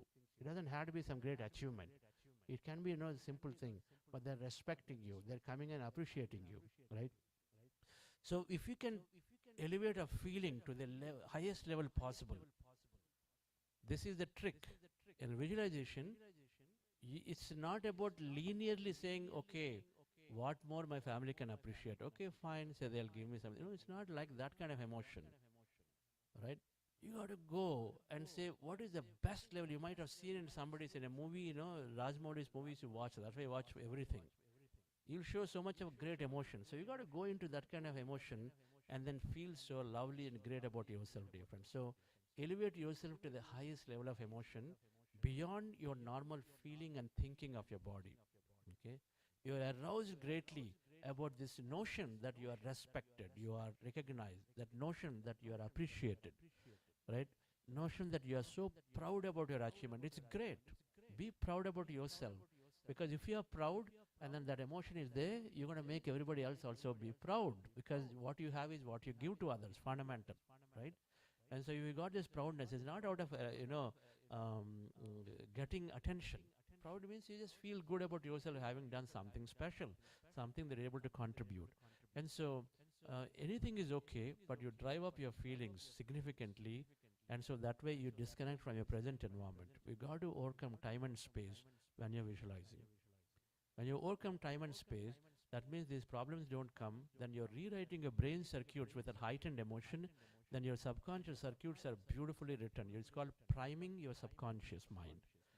And so you do visualization today. Sequentially, as a director, you're rehearsing the movie, you're playing scene after scene after scene after scene, shifting gears, moving into another scene, and then put it all together and visualize, and your visualization is done. Then you come out, and then I'll say a few words about, surrendering the future and all that. Then we express gratitude, and we complete a meditation. Okay? And so this is what we are doing in our meditation, dear friends. It's roughly going to be about 45 minutes, but it'll happen pretty quickly. I really wanted to do a little longer meditation, but then in our mind, when you have less time, this is fine too, but it'll get the picture, grasp of it. All right, we'll talk about a few next steps after that. Okay? And so, shall we go into the process? Now, you're doing first time, the music changes. Like I said, if you've not gotten clarity, just simply sit down and then wish for the greater good of the planet. There are so many animals are dying. Just wish for the greater good of the animals. They too want their life. all right? There is so much of conflict between, let's say, Russia and Croatia. They're settling down. People are recognizing and saying, what are we fighting for? And a little bit of resource here, there. How does it matter? So they found the truth, and they're coming together. They're shaking hands, like the Berlin Wall collapse. They're able to do it. Just raise yourself to thinking about greater good when you're not clear about what to visualize for yourself, all right? Simply be there and say, I am the most energetic, loving person, radiating that energy, that everybody has that peace and love. You can visualize that also, that you are simply there, being able to sit down, and then like a flower fragrance is going out. Just do that much, if not nothing else is there. Okay, friends? So let's go into the meditation. Relax yourself. Okay? Relax your body.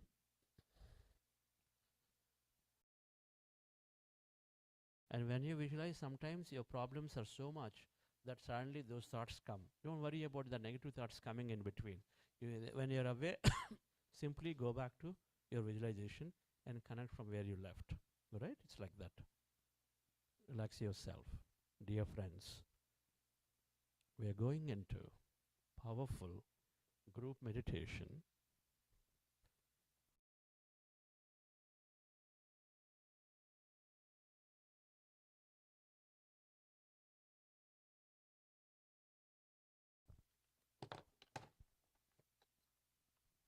Make an intention that you're losing yourself into the quantum field today.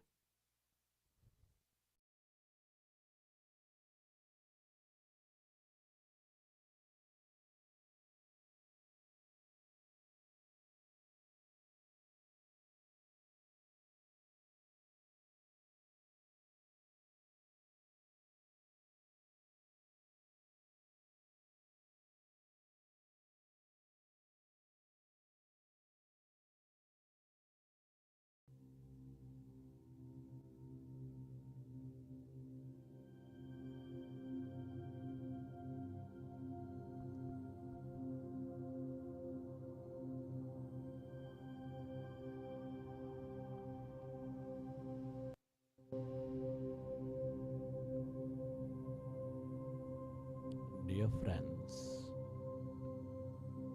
dear masters, with your glasses removed, eyes closed, fingers into fingers, hands comfortably rested in your lap, crossing your feet at ankle. Your cell phones off, smartwatches remote.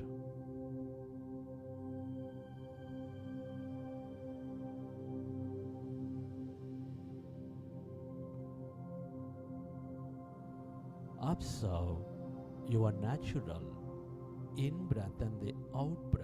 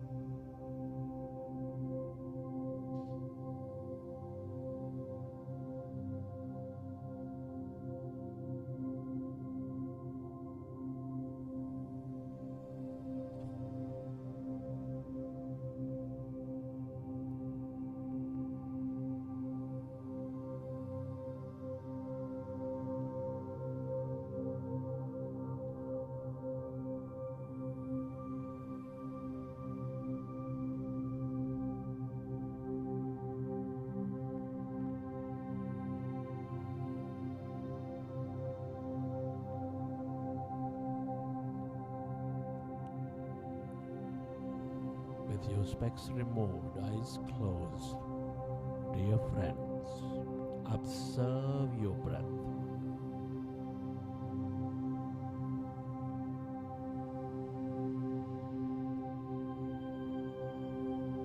when you observe your breath,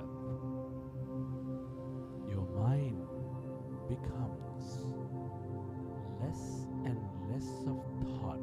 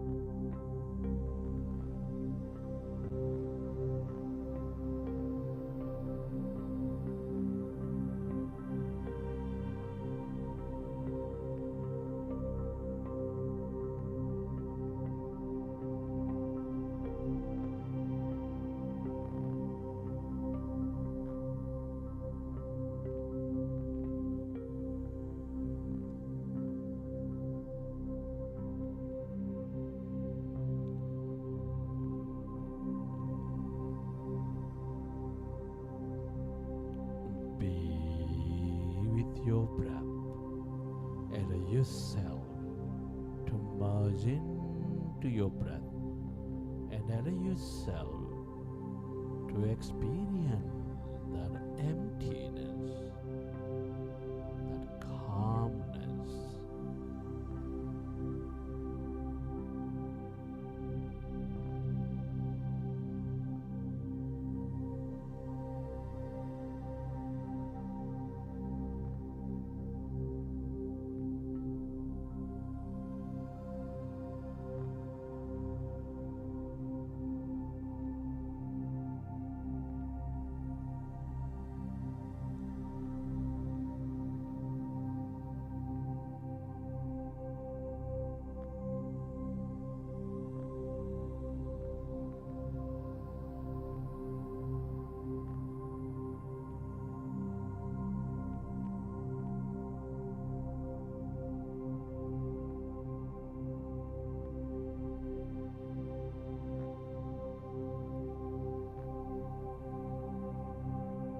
your mind is becoming empty,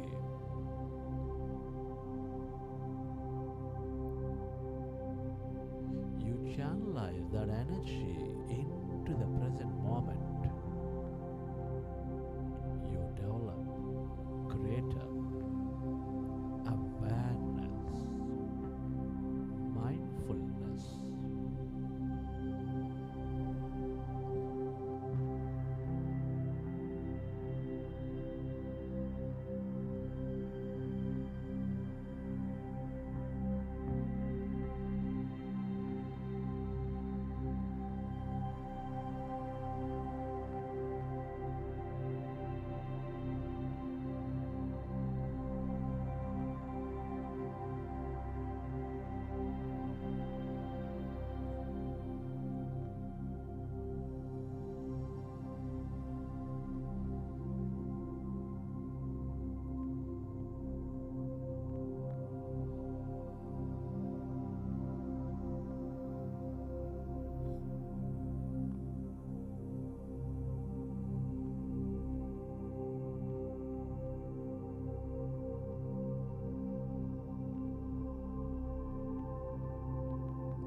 It is natural to have thought.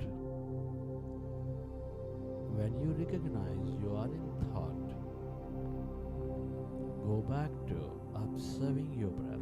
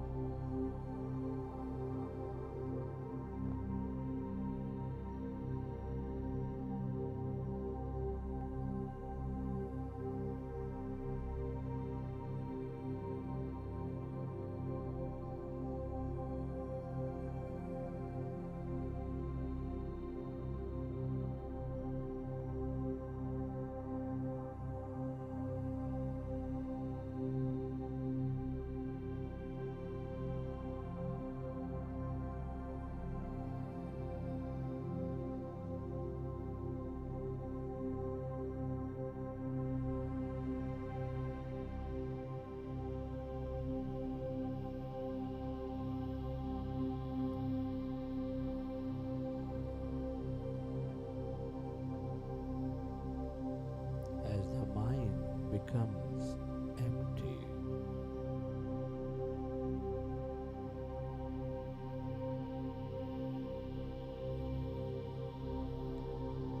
Your body goes into the natural state of healing. It functions at its original best.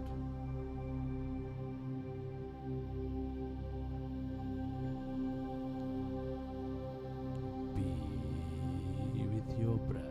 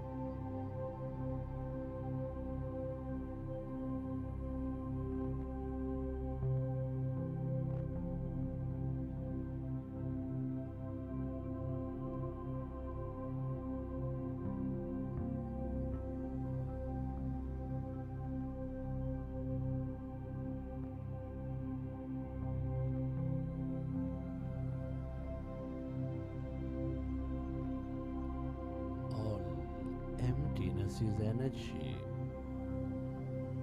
This is the field, the quantum field of energy, the field of limitless possibilities and opportunities.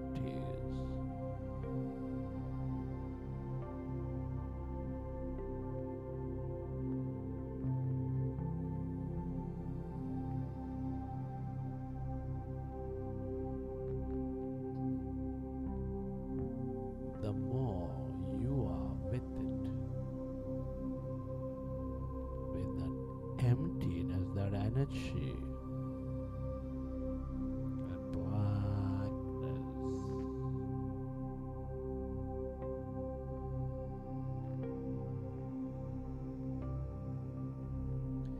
the more you tune in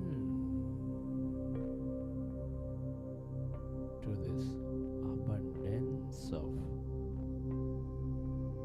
experiences of love, of empowerment, of the mystic, of whatever you can become aware of.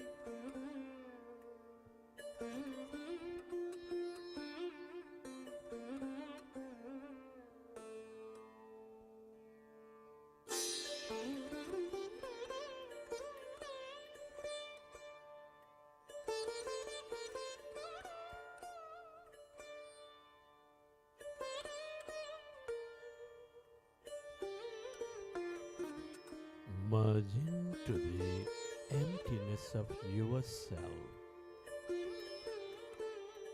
your existence, your divine intelligence.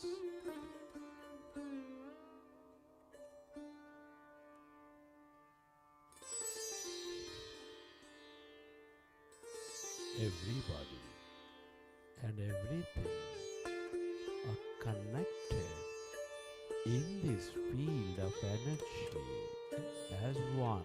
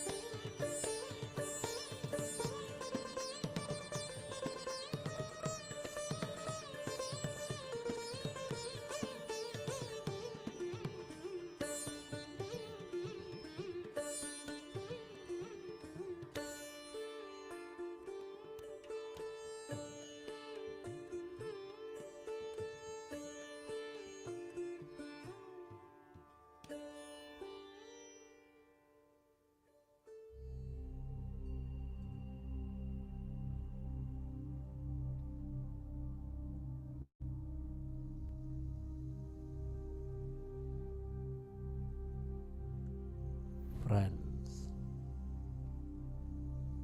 as you connect into this field of possibilities, as you are clearer in your mind, we have a great opportunity to create a new future for ourselves, to imagine and dream of a future. Our thoughts and feelings draw our outer experiences.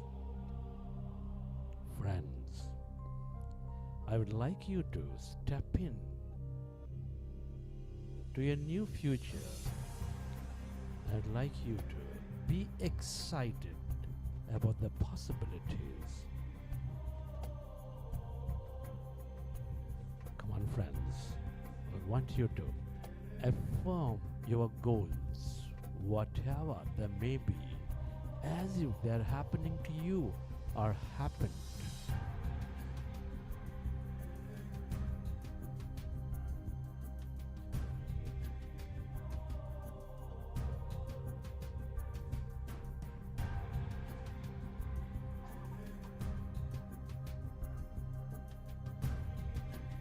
Come on, dear friends.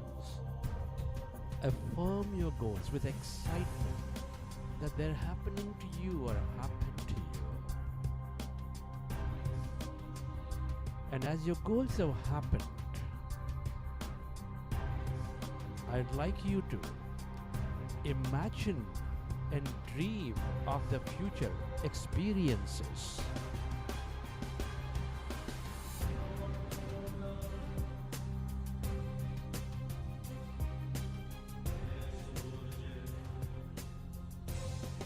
What choices are you making in this new future? Come on, dear friends, I want you to be excited. Whatever clearly you can think and whatever you can emotionally dream with heightened feelings, the stronger you're sending the signal to the quantum field.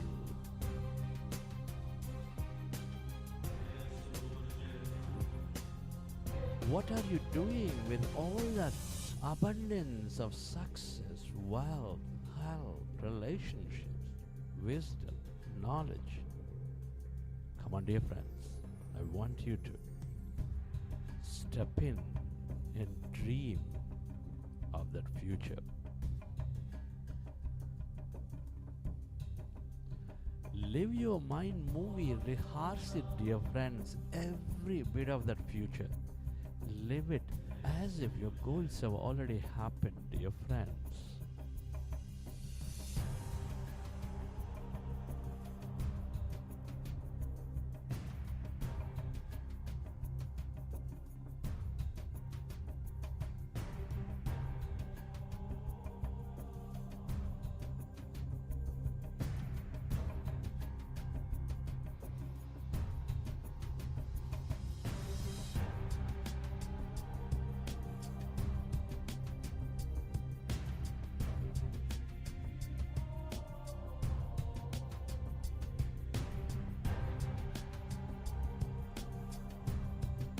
Come on, dear friends.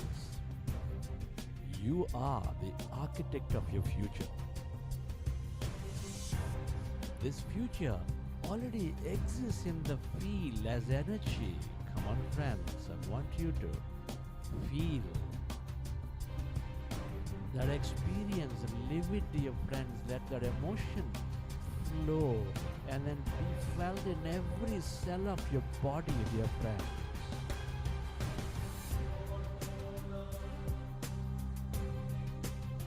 That joy, that confidence, that love, that kindness, that pride moment, whatever that may be, dear friends, feel it.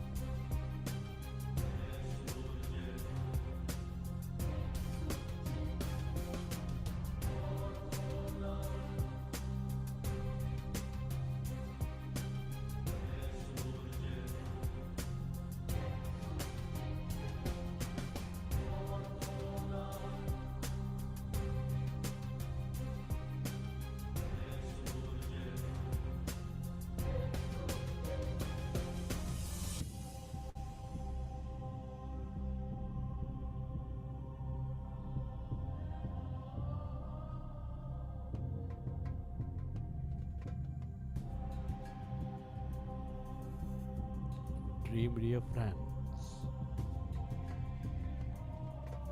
Let there be no doubt about this future. Let there be no uncertainty, dear friends. Whatever you emotionally embrace is manifesting into your physicality. Believe in it.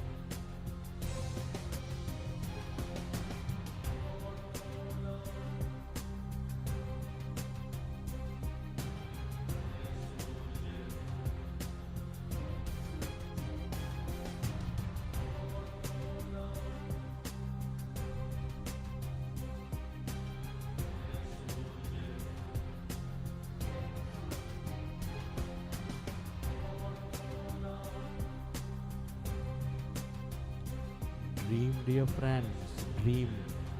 Dream of that future, dear friends. Live it fully. Friends, this is for you. The more you feel, the clearer you can think, and then feel greater than your body, dear friends. You're priming your subconscious. You're sending signal to your genes to upregulate and then reconstruct the cells of your body. Come on, dear friends. Do you have a new body? Come on, feel it. I want you to live that experience, whatever that may be, dear friends. Come on, dear friends. This is for you. Dream. Shift your energy, dear friends. Move into that new future. Become that new you.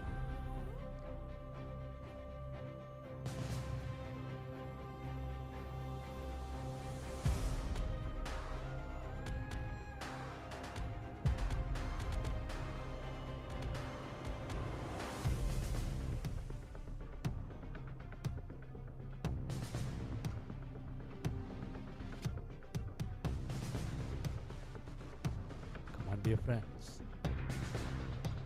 how do you want to feel? How do you want to act? How do you want to think in this new life, dear friends? Feel it. Go into that future. Let there be no limit whatsoever for you.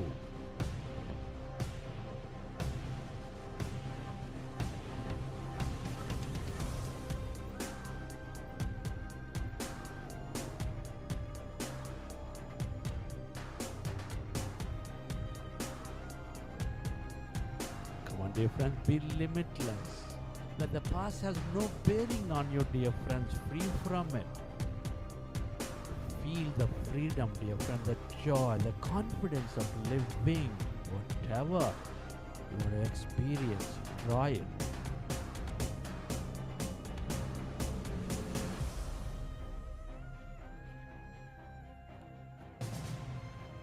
Remember, the clearer you intend, the heightened emotion you feel in your body, the stronger the signaling. Feel more.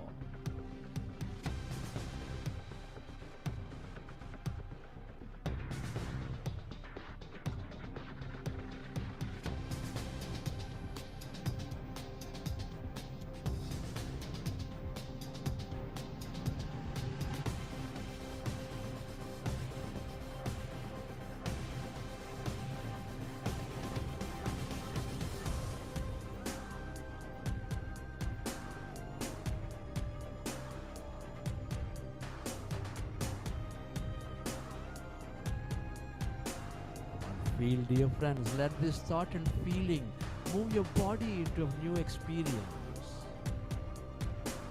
Come on, dear friends, feel. Dream more of the life. Who is benefiting from you in this new future? Feel the joy of helping. Experience that gratitude, dear friends. Come on, how does it feel? That appreciation, the joy. Whatever that may be in your life.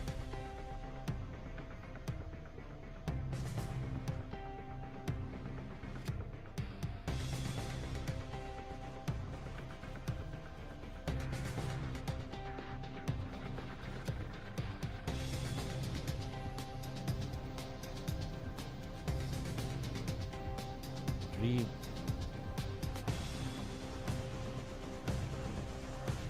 Connect with this future, dear friend. Love it into your life. Let your imagination flow. This seed for you.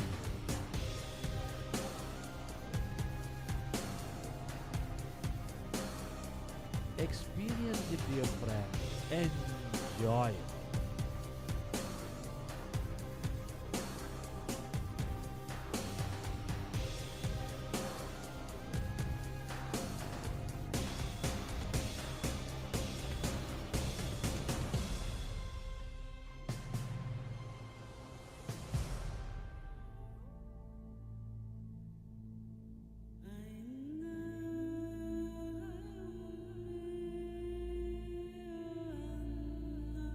Relax, dear friends, relax. Every intention, every feeling is energy.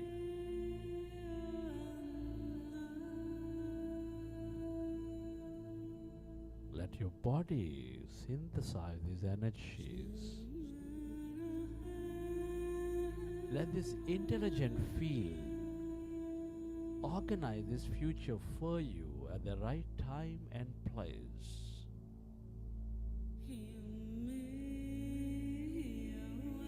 You planted seeds of possibilities.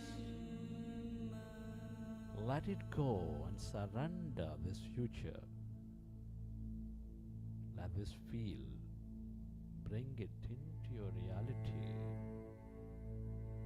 Be patient about it.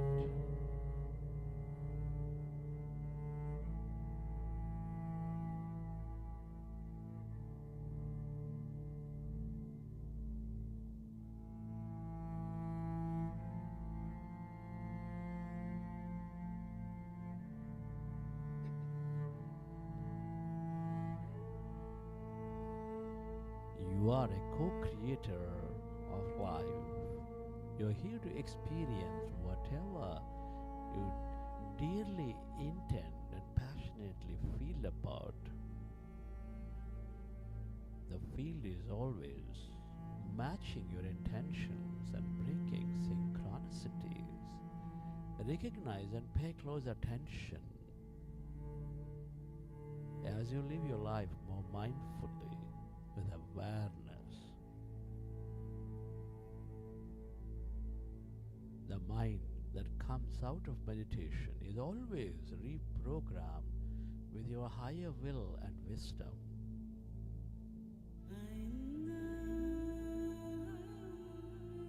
Let it guide you into that new future and express gratitude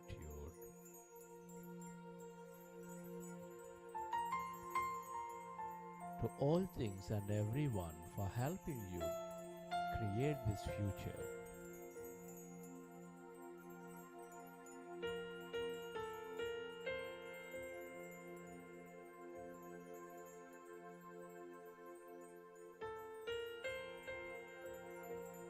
For gratitude means the events have already happened. Your gratitude to your parents, to your teachers, mentors, to your family, friends, colleagues, relatives.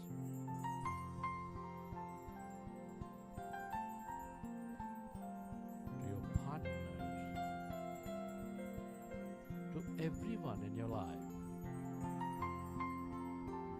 Be grateful to this planet, stars, Mother Earth, the nature,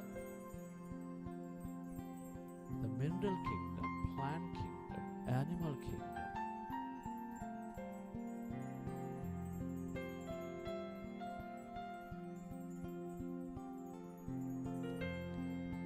Gratitude to the technology, all the system, governments, companies, institutes.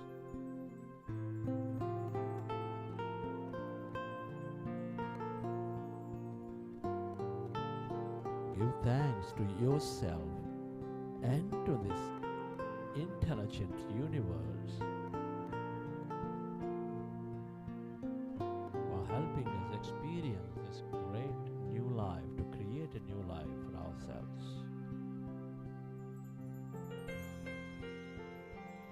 Gratitude is the ultimate state of receivership.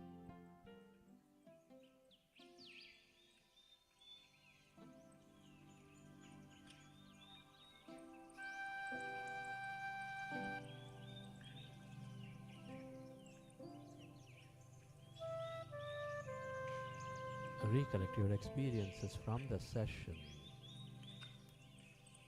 feeling with certainty that a new future is unfolding for you in a way that you least expect and imagine.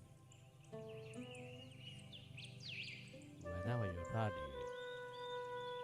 you may open your eyes, welcoming that future with a big smile.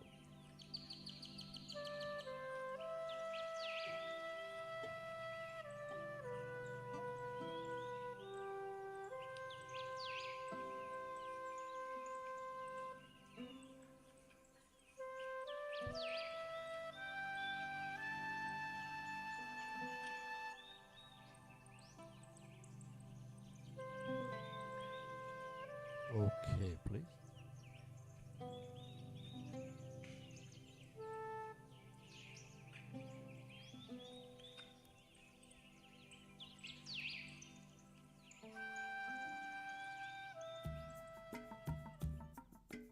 Thank you.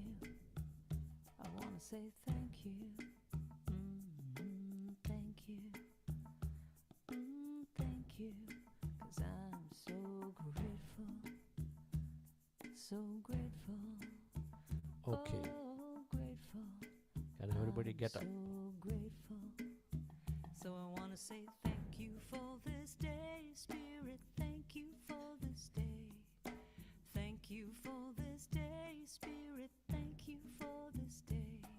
This healing, this healing, this healing day.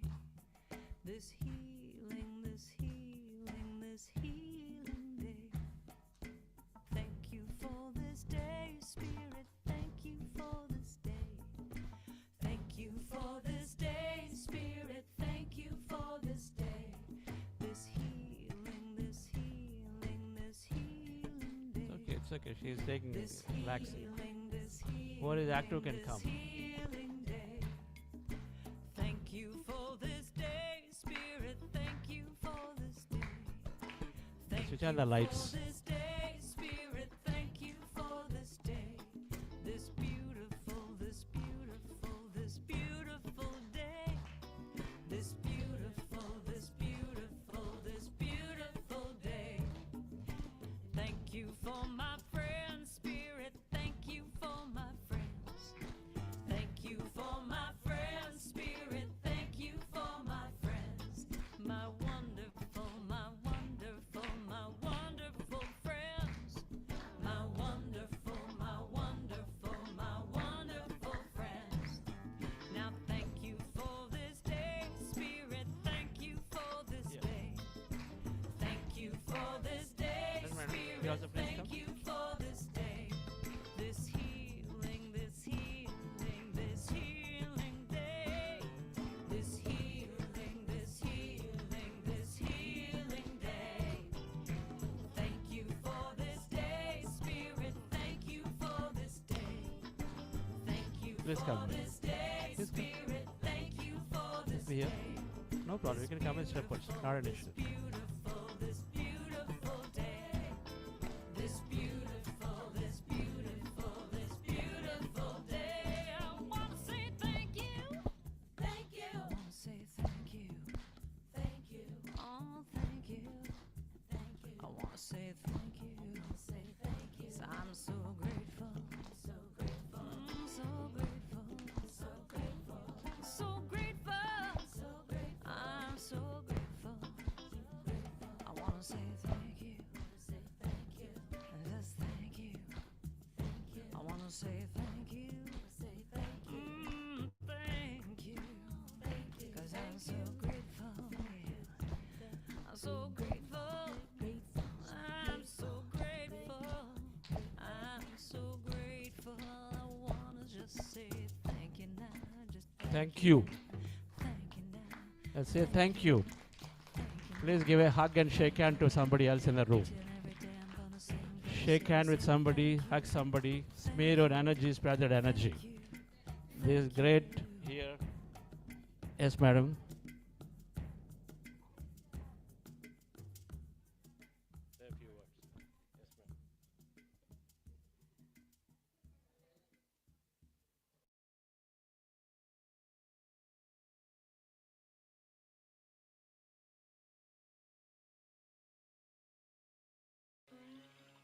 Wow, what a great session. I visualized a great future here. We're all having a great responsibility. I committed.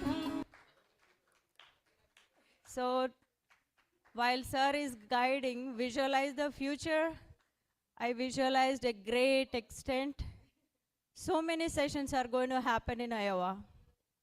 So many. So throughout the session, happy tears were rolling in me. I was seeing the future, how kids are going to get involved with us, how medical professionals are going to involve with us. So we have a lot more work. Thank you, Chandra sir.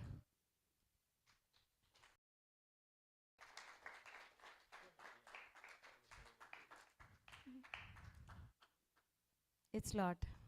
It's a lot to share.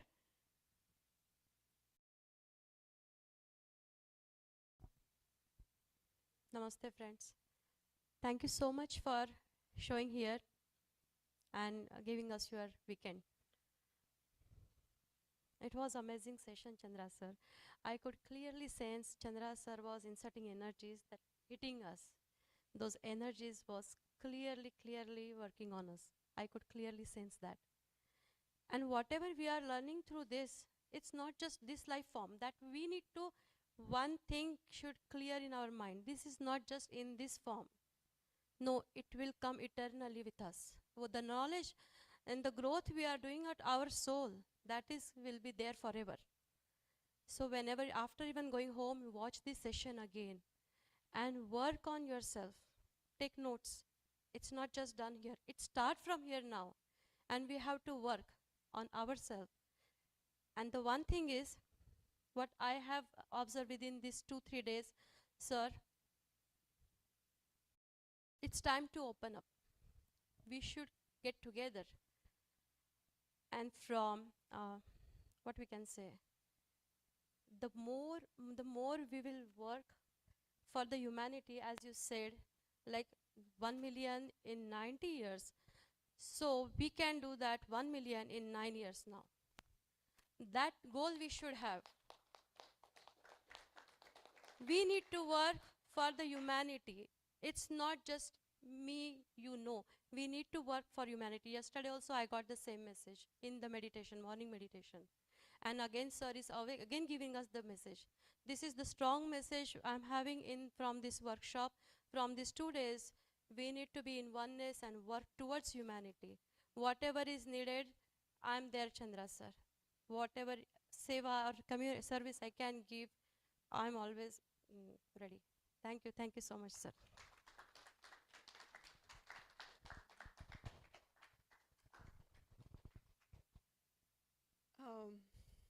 I'm really overwhelmed I'm really overwhelmed and choked at this point.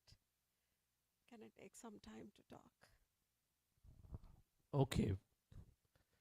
Yes, sir, you'd like to express something. How's your meditation and how's your sessions? I uh,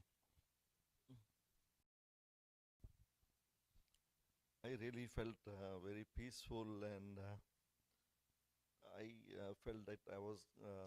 I mean, I could feel that I am just empty and receptive to what was flowing in. Very nice. Thank you. Mr. Kulkarni Garu. Yep. Please come. Vani madam, please come here.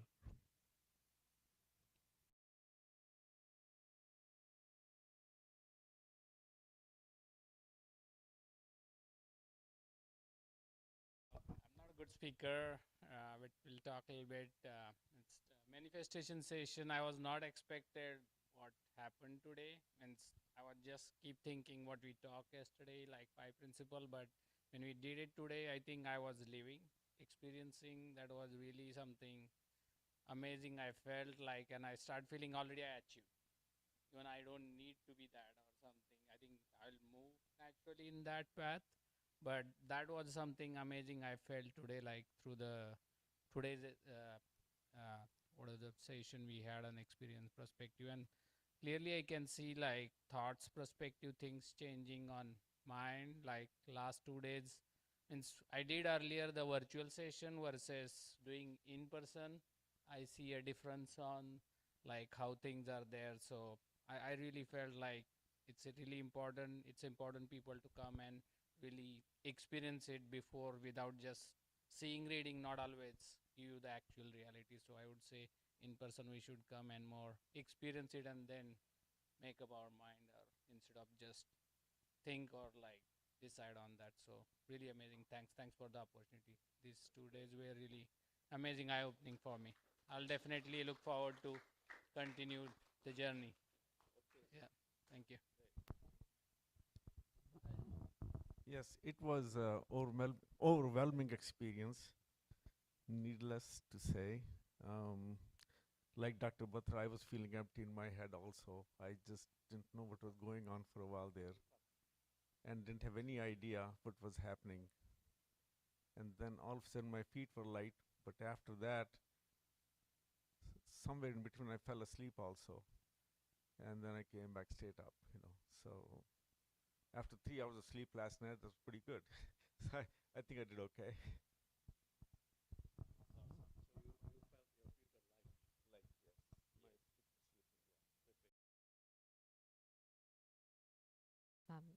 I'm really happy to be here. I definitely feel light, and I really like this last session of meditation also. I could visualize the future, what I want to do, and not just think about it and not do it, just start. It gives me a lot more encouragement to start rather than just think and not do it. So I think that really will make a difference, and I plan to start things soon. And I really, really like this saying our thoughts and feelings constitute our state of being.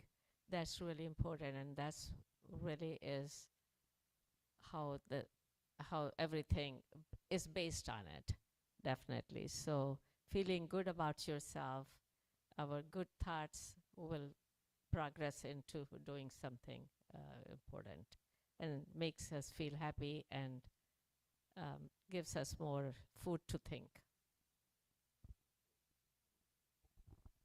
Thank you, madam.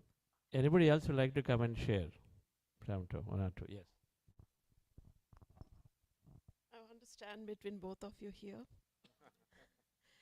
The reason I want to do that is a little backstory.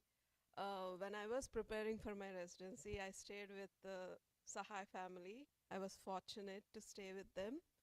And I used to follow him and Dr. Anil Sahai And I used to worry a lot about the future, how it is going to be, what is the expenses for the college, how I can do things, and a lot of those.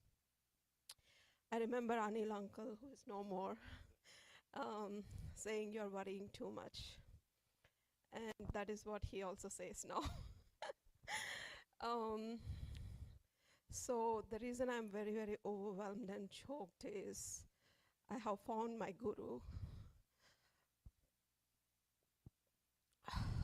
I have found him a couple of years back, and this overwhelming feeling is not because I'm sad, but I have been overjoyed because today he accepted me this morning as his student. So thank you so much. Thank you.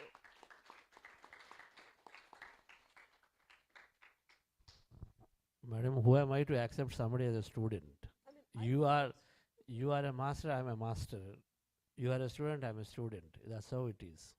There is great friendship. There's no anything more. I know what you're saying, so go ahead. No. Yeah, so basically, these last 2 days, though he is staying with me in my house, I didn't really get time to talk to him. The only time I got was last night when we were driving to my house, and this morning driving here. So he spoke to me last night, and this morning he made me meditate at home before we came here. And in the car drive, he said, you need to work on yourself, study more books first, rather than managing people and helping people. Like there's sometimes something reverse that we hear, right? And then he said, he gave me some books names, and he said, I'm going to hold you accountable. You're going to send me updates every day, whether you're reading these books or not. And that is where I felt that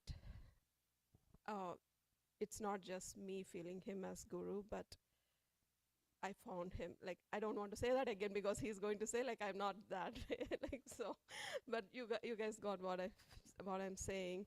And with that overwhelming feeling, I sat in the meditation today. And after so many months, like, like at the advanced meditation retreat, I was sleeping and I was crying because I was sleeping and not meditating, and saying like I'm on the expensive sleep retreat because not meditating. But today I was fully aware. I was able to connect with my future. It was amazing. However, I definitely need direction on how to take things forward. And that's where I see him, I see you, I see Chandra sir, and I see all of you being able to support and guide me through whatever and wherever we can take our work here in Iowa. I don't have any guidance at this point. We'll just go by the flow. Thank you. Thank you, madam. Sir, I don't know your name, but I would like you to come. Yes. Been so quietly helping. So really nice to have a great team member like you in the team. Thank you. Thank you. Yeah.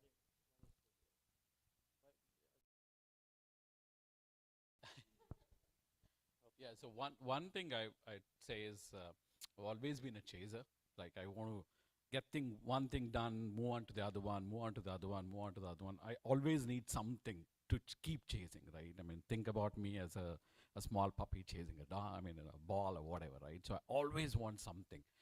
I don't know whether I look at perfection, but I want to move on to the next one. So when we've executed, I mean, when we did so many events here in Iowa, I mean, Canada event and India Day event and everything, and then when I saw these three ladies, right, Kiranmai ji, and I call them Dhi now, right, Anjali Dhi, Maleshwari Dhi, and Kiranmai Dhi, right, I felt I want to be connected with them, right? So meditation came after that. Meditation is like, when I looked at them, I'm like, it is not going to be so easy to manage 150 people, food, free lunch, free breakfast. I mean, come on, it's not, I don't know whether it's going to be possible or not.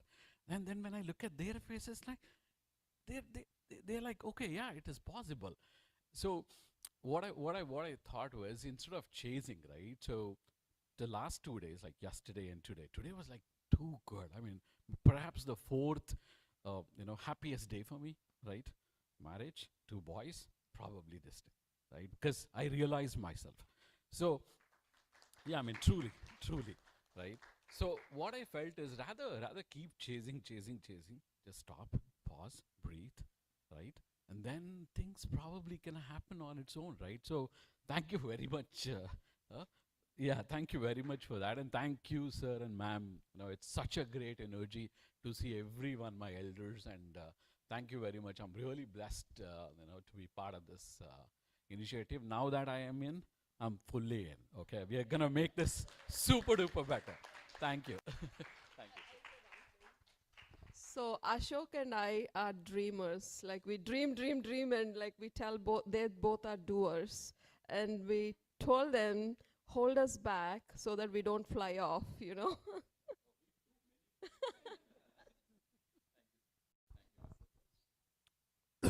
Okay, friends. So I think we'll conclude here, and then whatever may be. So the 5 sutras that each one and everything is beautifully enhanced through meditation.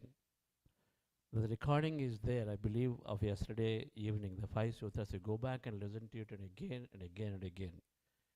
And so until the time they become our subconscious principles. Somebody wakes you up from that sleep and say, okay, what are the 5 sutras? You say, yes, I know what these 5 are. We need to be first know about them. It's knowing to doing to being. We know this, right? It's knowing to conscious mind, to doing to subconscious mind, to being to a superconscious. It becomes one in you. You are always open. You're constantly looking and pulling out all those limitations that are being formed day to day, right? And then you're not losing a moment and visualizing. You are there quietly connected. You're in a garden, you're sipping your coffee, and then you go into your visualization. Why not? Why not? It's there. It's beautifully there as a vision power for others. So energize your cause. Accept wherever you are. Get the fundamental meditation going so you generally get the focus what's required. But accept wherever you are, whatever situation. Be very, very, very grateful. Right? We talked about this. There's some beautiful video of gratitude. I don't have time now. But if you have a WhatsApp group, I'll send you that video, then watch that video on gratitude. You will know how many ways you can be grateful for. When you watch the video, you will know how beautifully lucky you are. No matter what problems that we come with and then we have and we think we have in our mind, right, friends? And so let's, meditation is helping us to develop that great awareness so that we develop all these qualities one by one. But it's just we do our work. We constantly remind ourselves of some of this wisdom and the knowledge. There's no limit to how much we can learn. And then only when you learn, again, it's not a course that you finish off. Okay, I finished a course on manifestation, I go. It's not like that, dear friend. It's only just a beginning. We got to continuously remind of these topics and then continuously learn the same thing through different people. So then we apply in our life, right? So learning is a never-ending process, right? Book after book and listening to classes and people is a never-ending process. Got to happen. And then for sure we'll be connected in the circuit of meditation, right? And we are going to be there. So when you do these 3 basic things, regular meditation is not good enough. Constantly read and constantly stay connected with a group of people like this by joining a weekend class and this and that. Right, friends?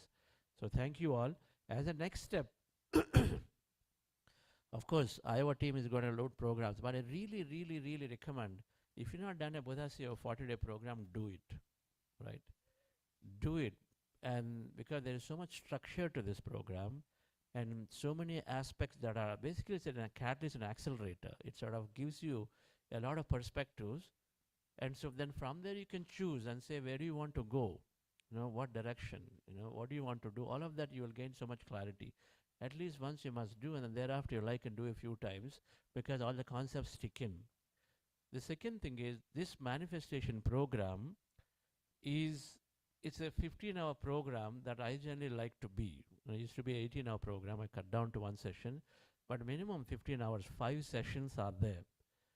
And then we go step by step, and then we play those videos, and we talk about examples and all that. So it is there, and it's a full 2 days that you require. We were done in 2 sessions. So the history has been given. And then if you'd like to go, there is a program called Elevate Your Energy. EYE, I in our app. If we go to our app and then subscribe to the program and then do it, 5 sessions, each one is roughly about 3 hours, and then there is a good long meditation. The meditations are longer in there, and they have some lie down segment. It sort of introduced. There's a little bit of new concept called heart elevation, and some of those are there. And so do that 15-hour program if you are serious about creating something great, or simply want to explore more deeper meditations and stuff like that. So go through that. The 5 session manifestation program is helping, especially those who are looking for jobs and landing this and business growth and this and or anything for the matter, wanting a manifestation of pyramid and this and that. Go do it. It's worth doing it at your own pace. 2 sessions you do one day, 2 sessions another day, like morning, evening, give some break in between, and then last session do another day, right? Or so something like that you do. But don't take too long. Don't take like 6 weeks to do 5 sessions. Do it in succession, right? One after the other, and then that's how it is designed, right? Up to 6 hours a day, and then another 6 hours and another 3 hours to do it. Okay, that really can help give a lot more clarity of some of the nuances that we couldn't, of course, cover here, but then they will come. All right. So that is the second thing that I would suggest.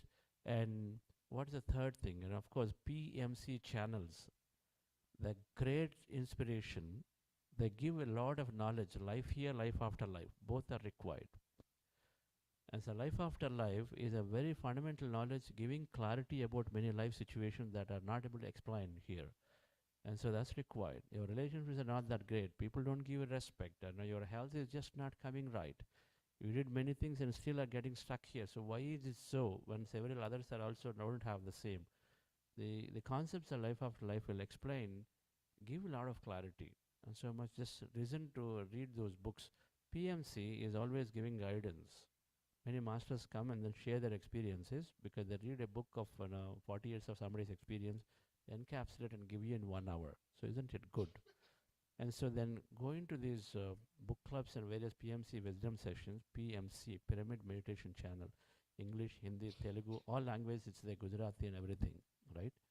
And so then PSM, PMC, and then many, many things are there.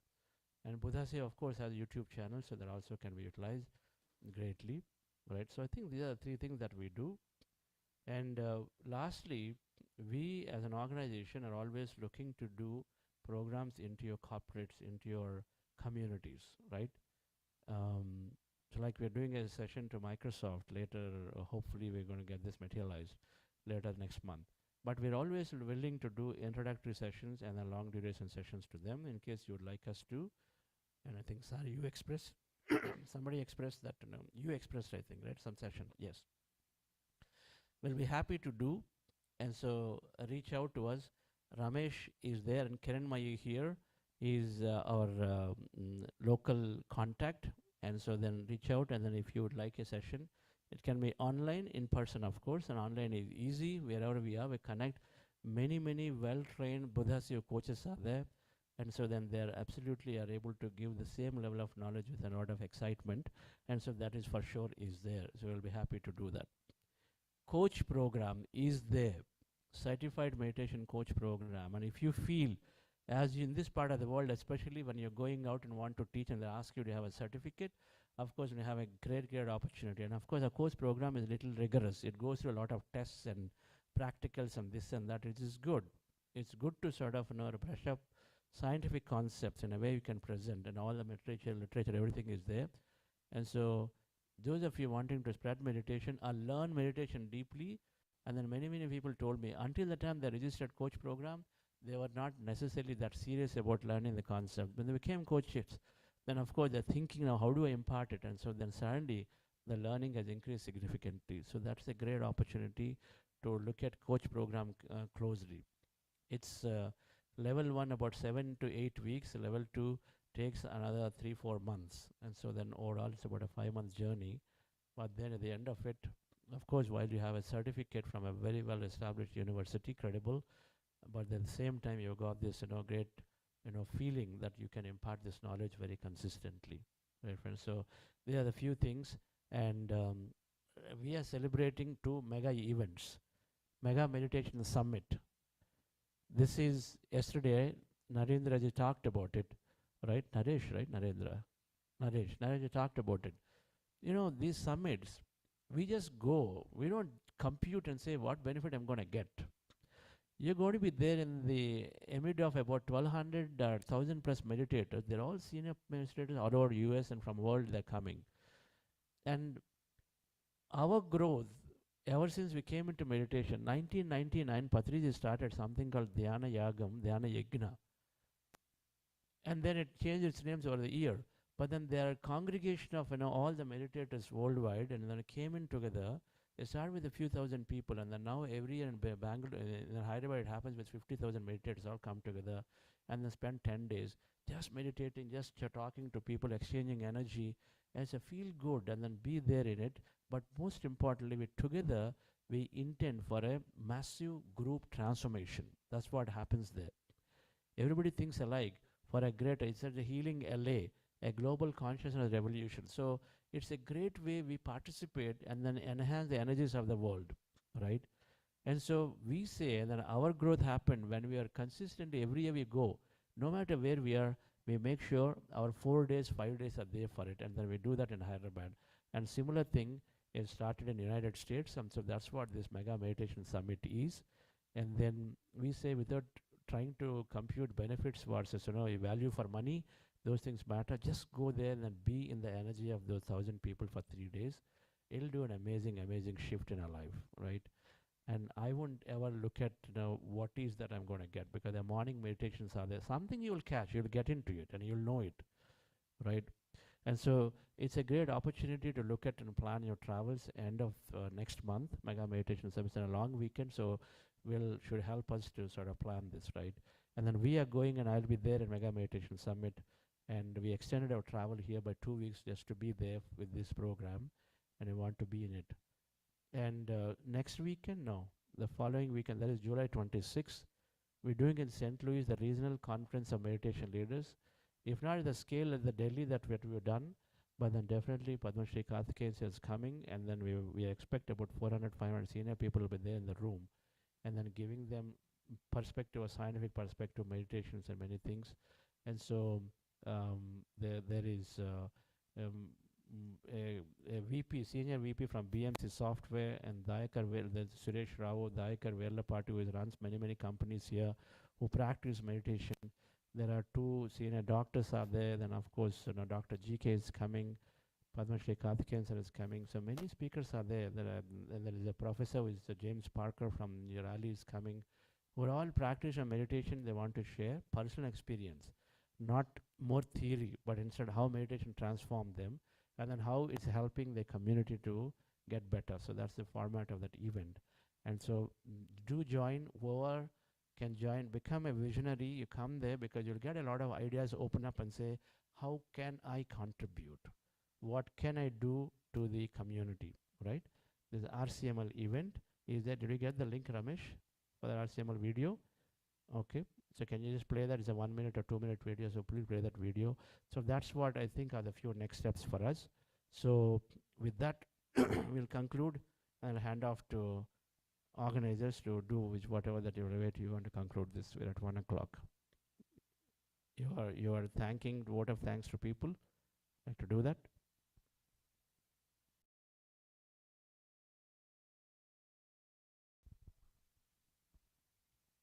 Thank you, Chandra sir. It is these 2 days I had traveled across USA, and I attended 11-day workshop in India, Patriji Dhyana Mahayagam. So each time when I went to these type of mega events, what sir is mentioning about something happening in LA, so I have seen so much transformation within me. As sir suggested to Kiranmai, I worked on myself for 3 years. I did all sorts of research, understood my emotions, my thoughts, my feelings. How am I interacting with my kids? I did all sorts of research before I start taking one step into the community. So I would like to suggest everyone to utilize, come forward to RCML in St. Louis. It is only a couple hours drive.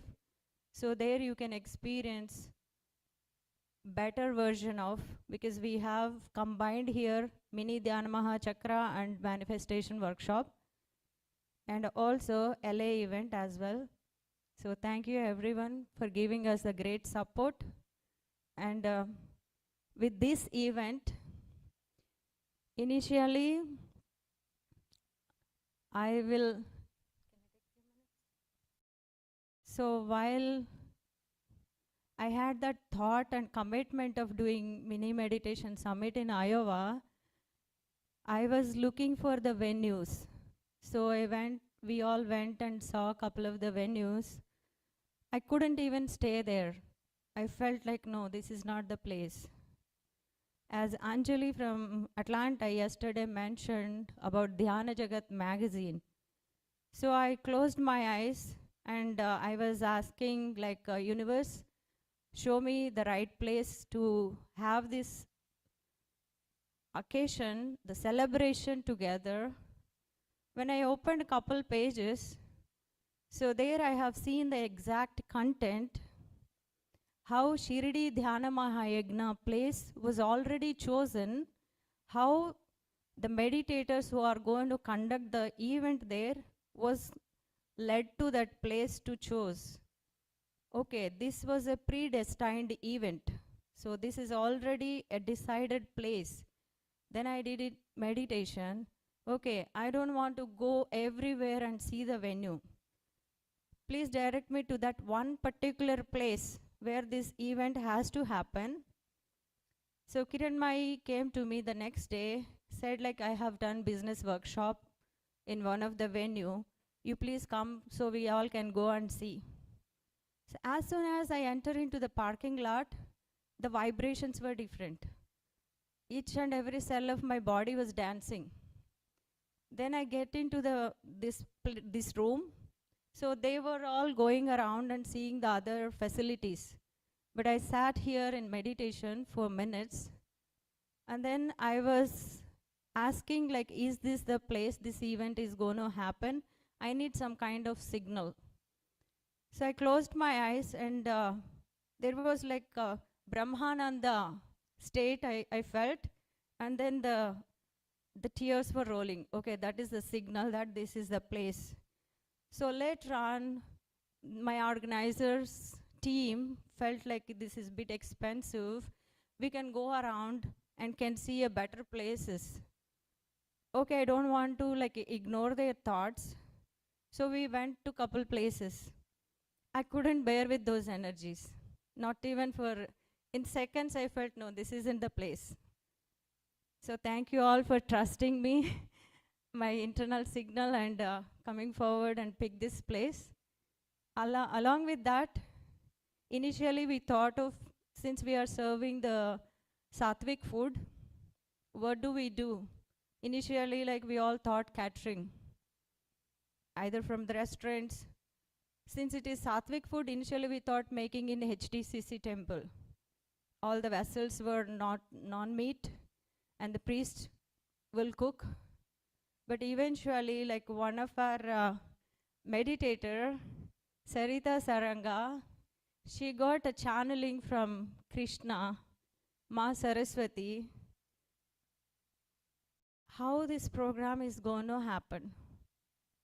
And another master from Dallas called me, let us sit in meditation.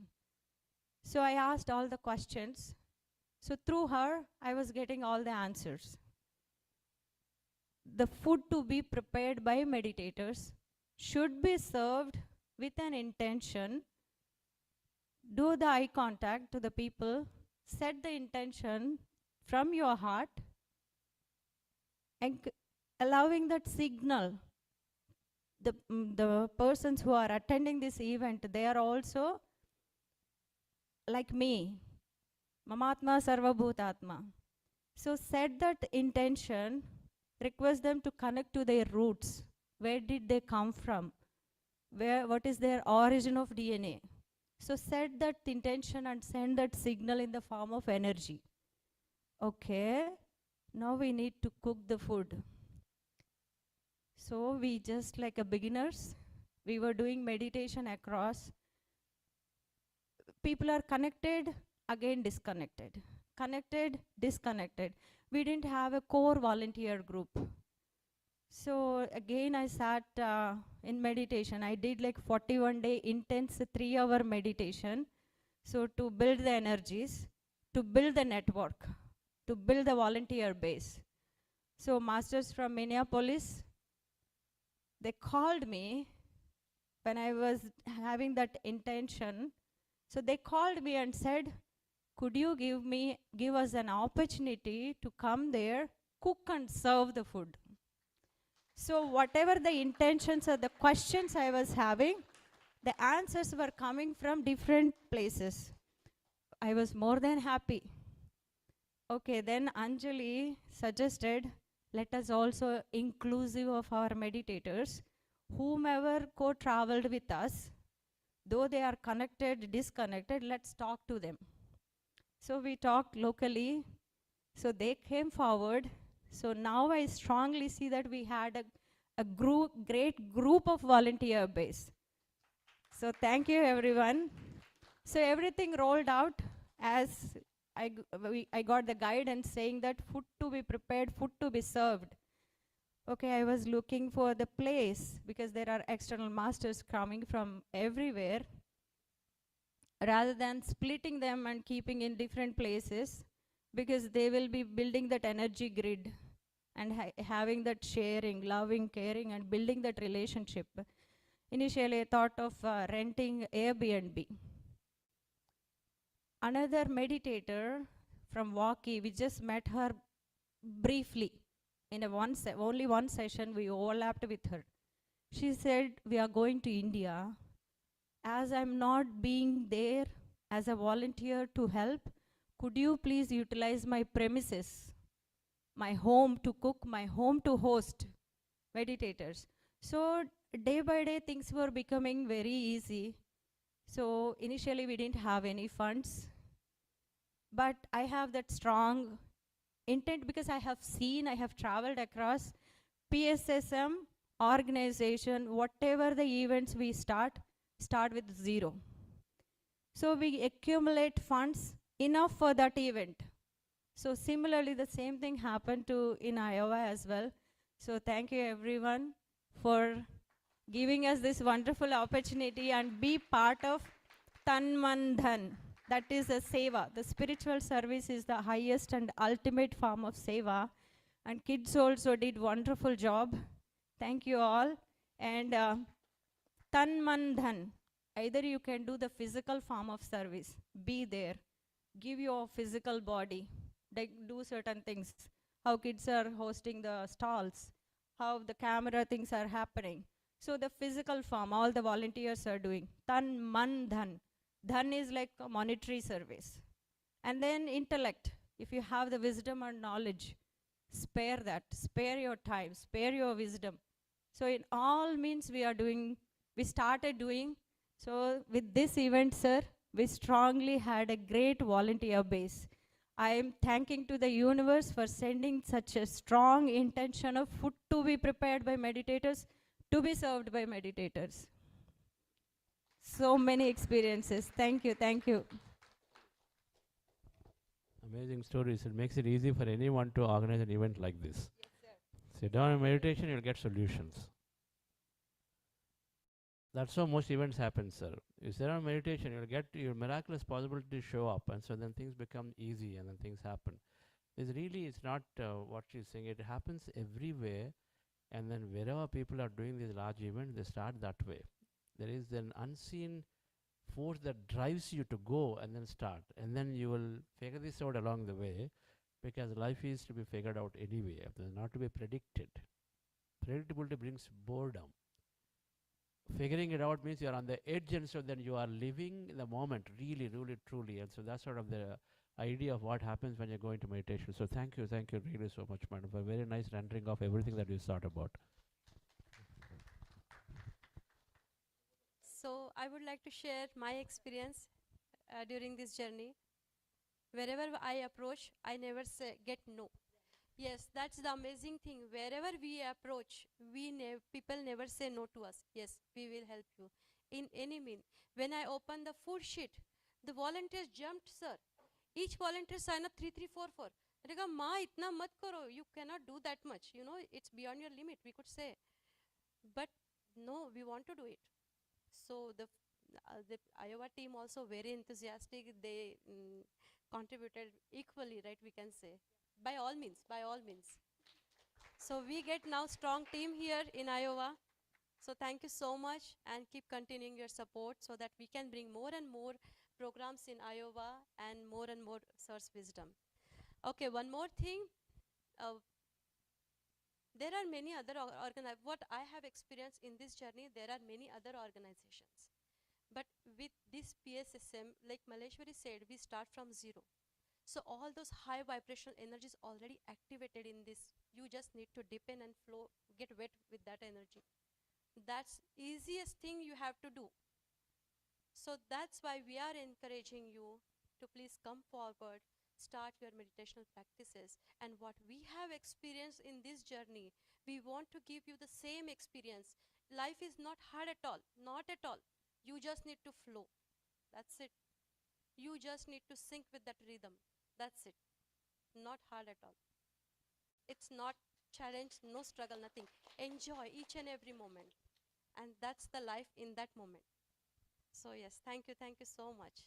And many things, Chandra sir, I could sense many portals open. Many things you worked on us. Thank you so much. It's beyond words. Energy level work done.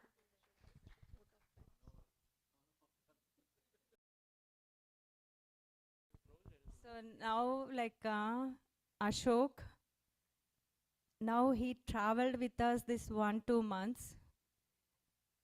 Now he realized that how energy can work than the physical mind. Like he organized so many bigger events for Kannada Sangha. So he was our like guide for like the event organization, all that. So sorry if I sometimes like I took based on the intuitions. So some of those things like because through this journey now he realized that energy, this type of events are different. This is not a regular event. So we started with, we can do with the $0. We can do any type of events. Thank you. Madam, both meet. Both have to come. His wisdom is important, your intuition is important. Both have to be there. Okay, nobody is higher than nobody, so it's both have to be there. That is very important to be grounded, to see, because you're still doing a material event, so you need that certain experience of that nature is required. All right? And of course, all the knowledge that he had, is not that he didn't have, it's that, recollect by being part of things to add to an extra dimension.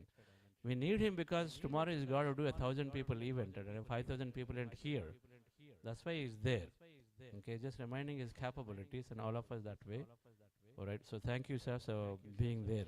Okay, they're wonderful. Yes.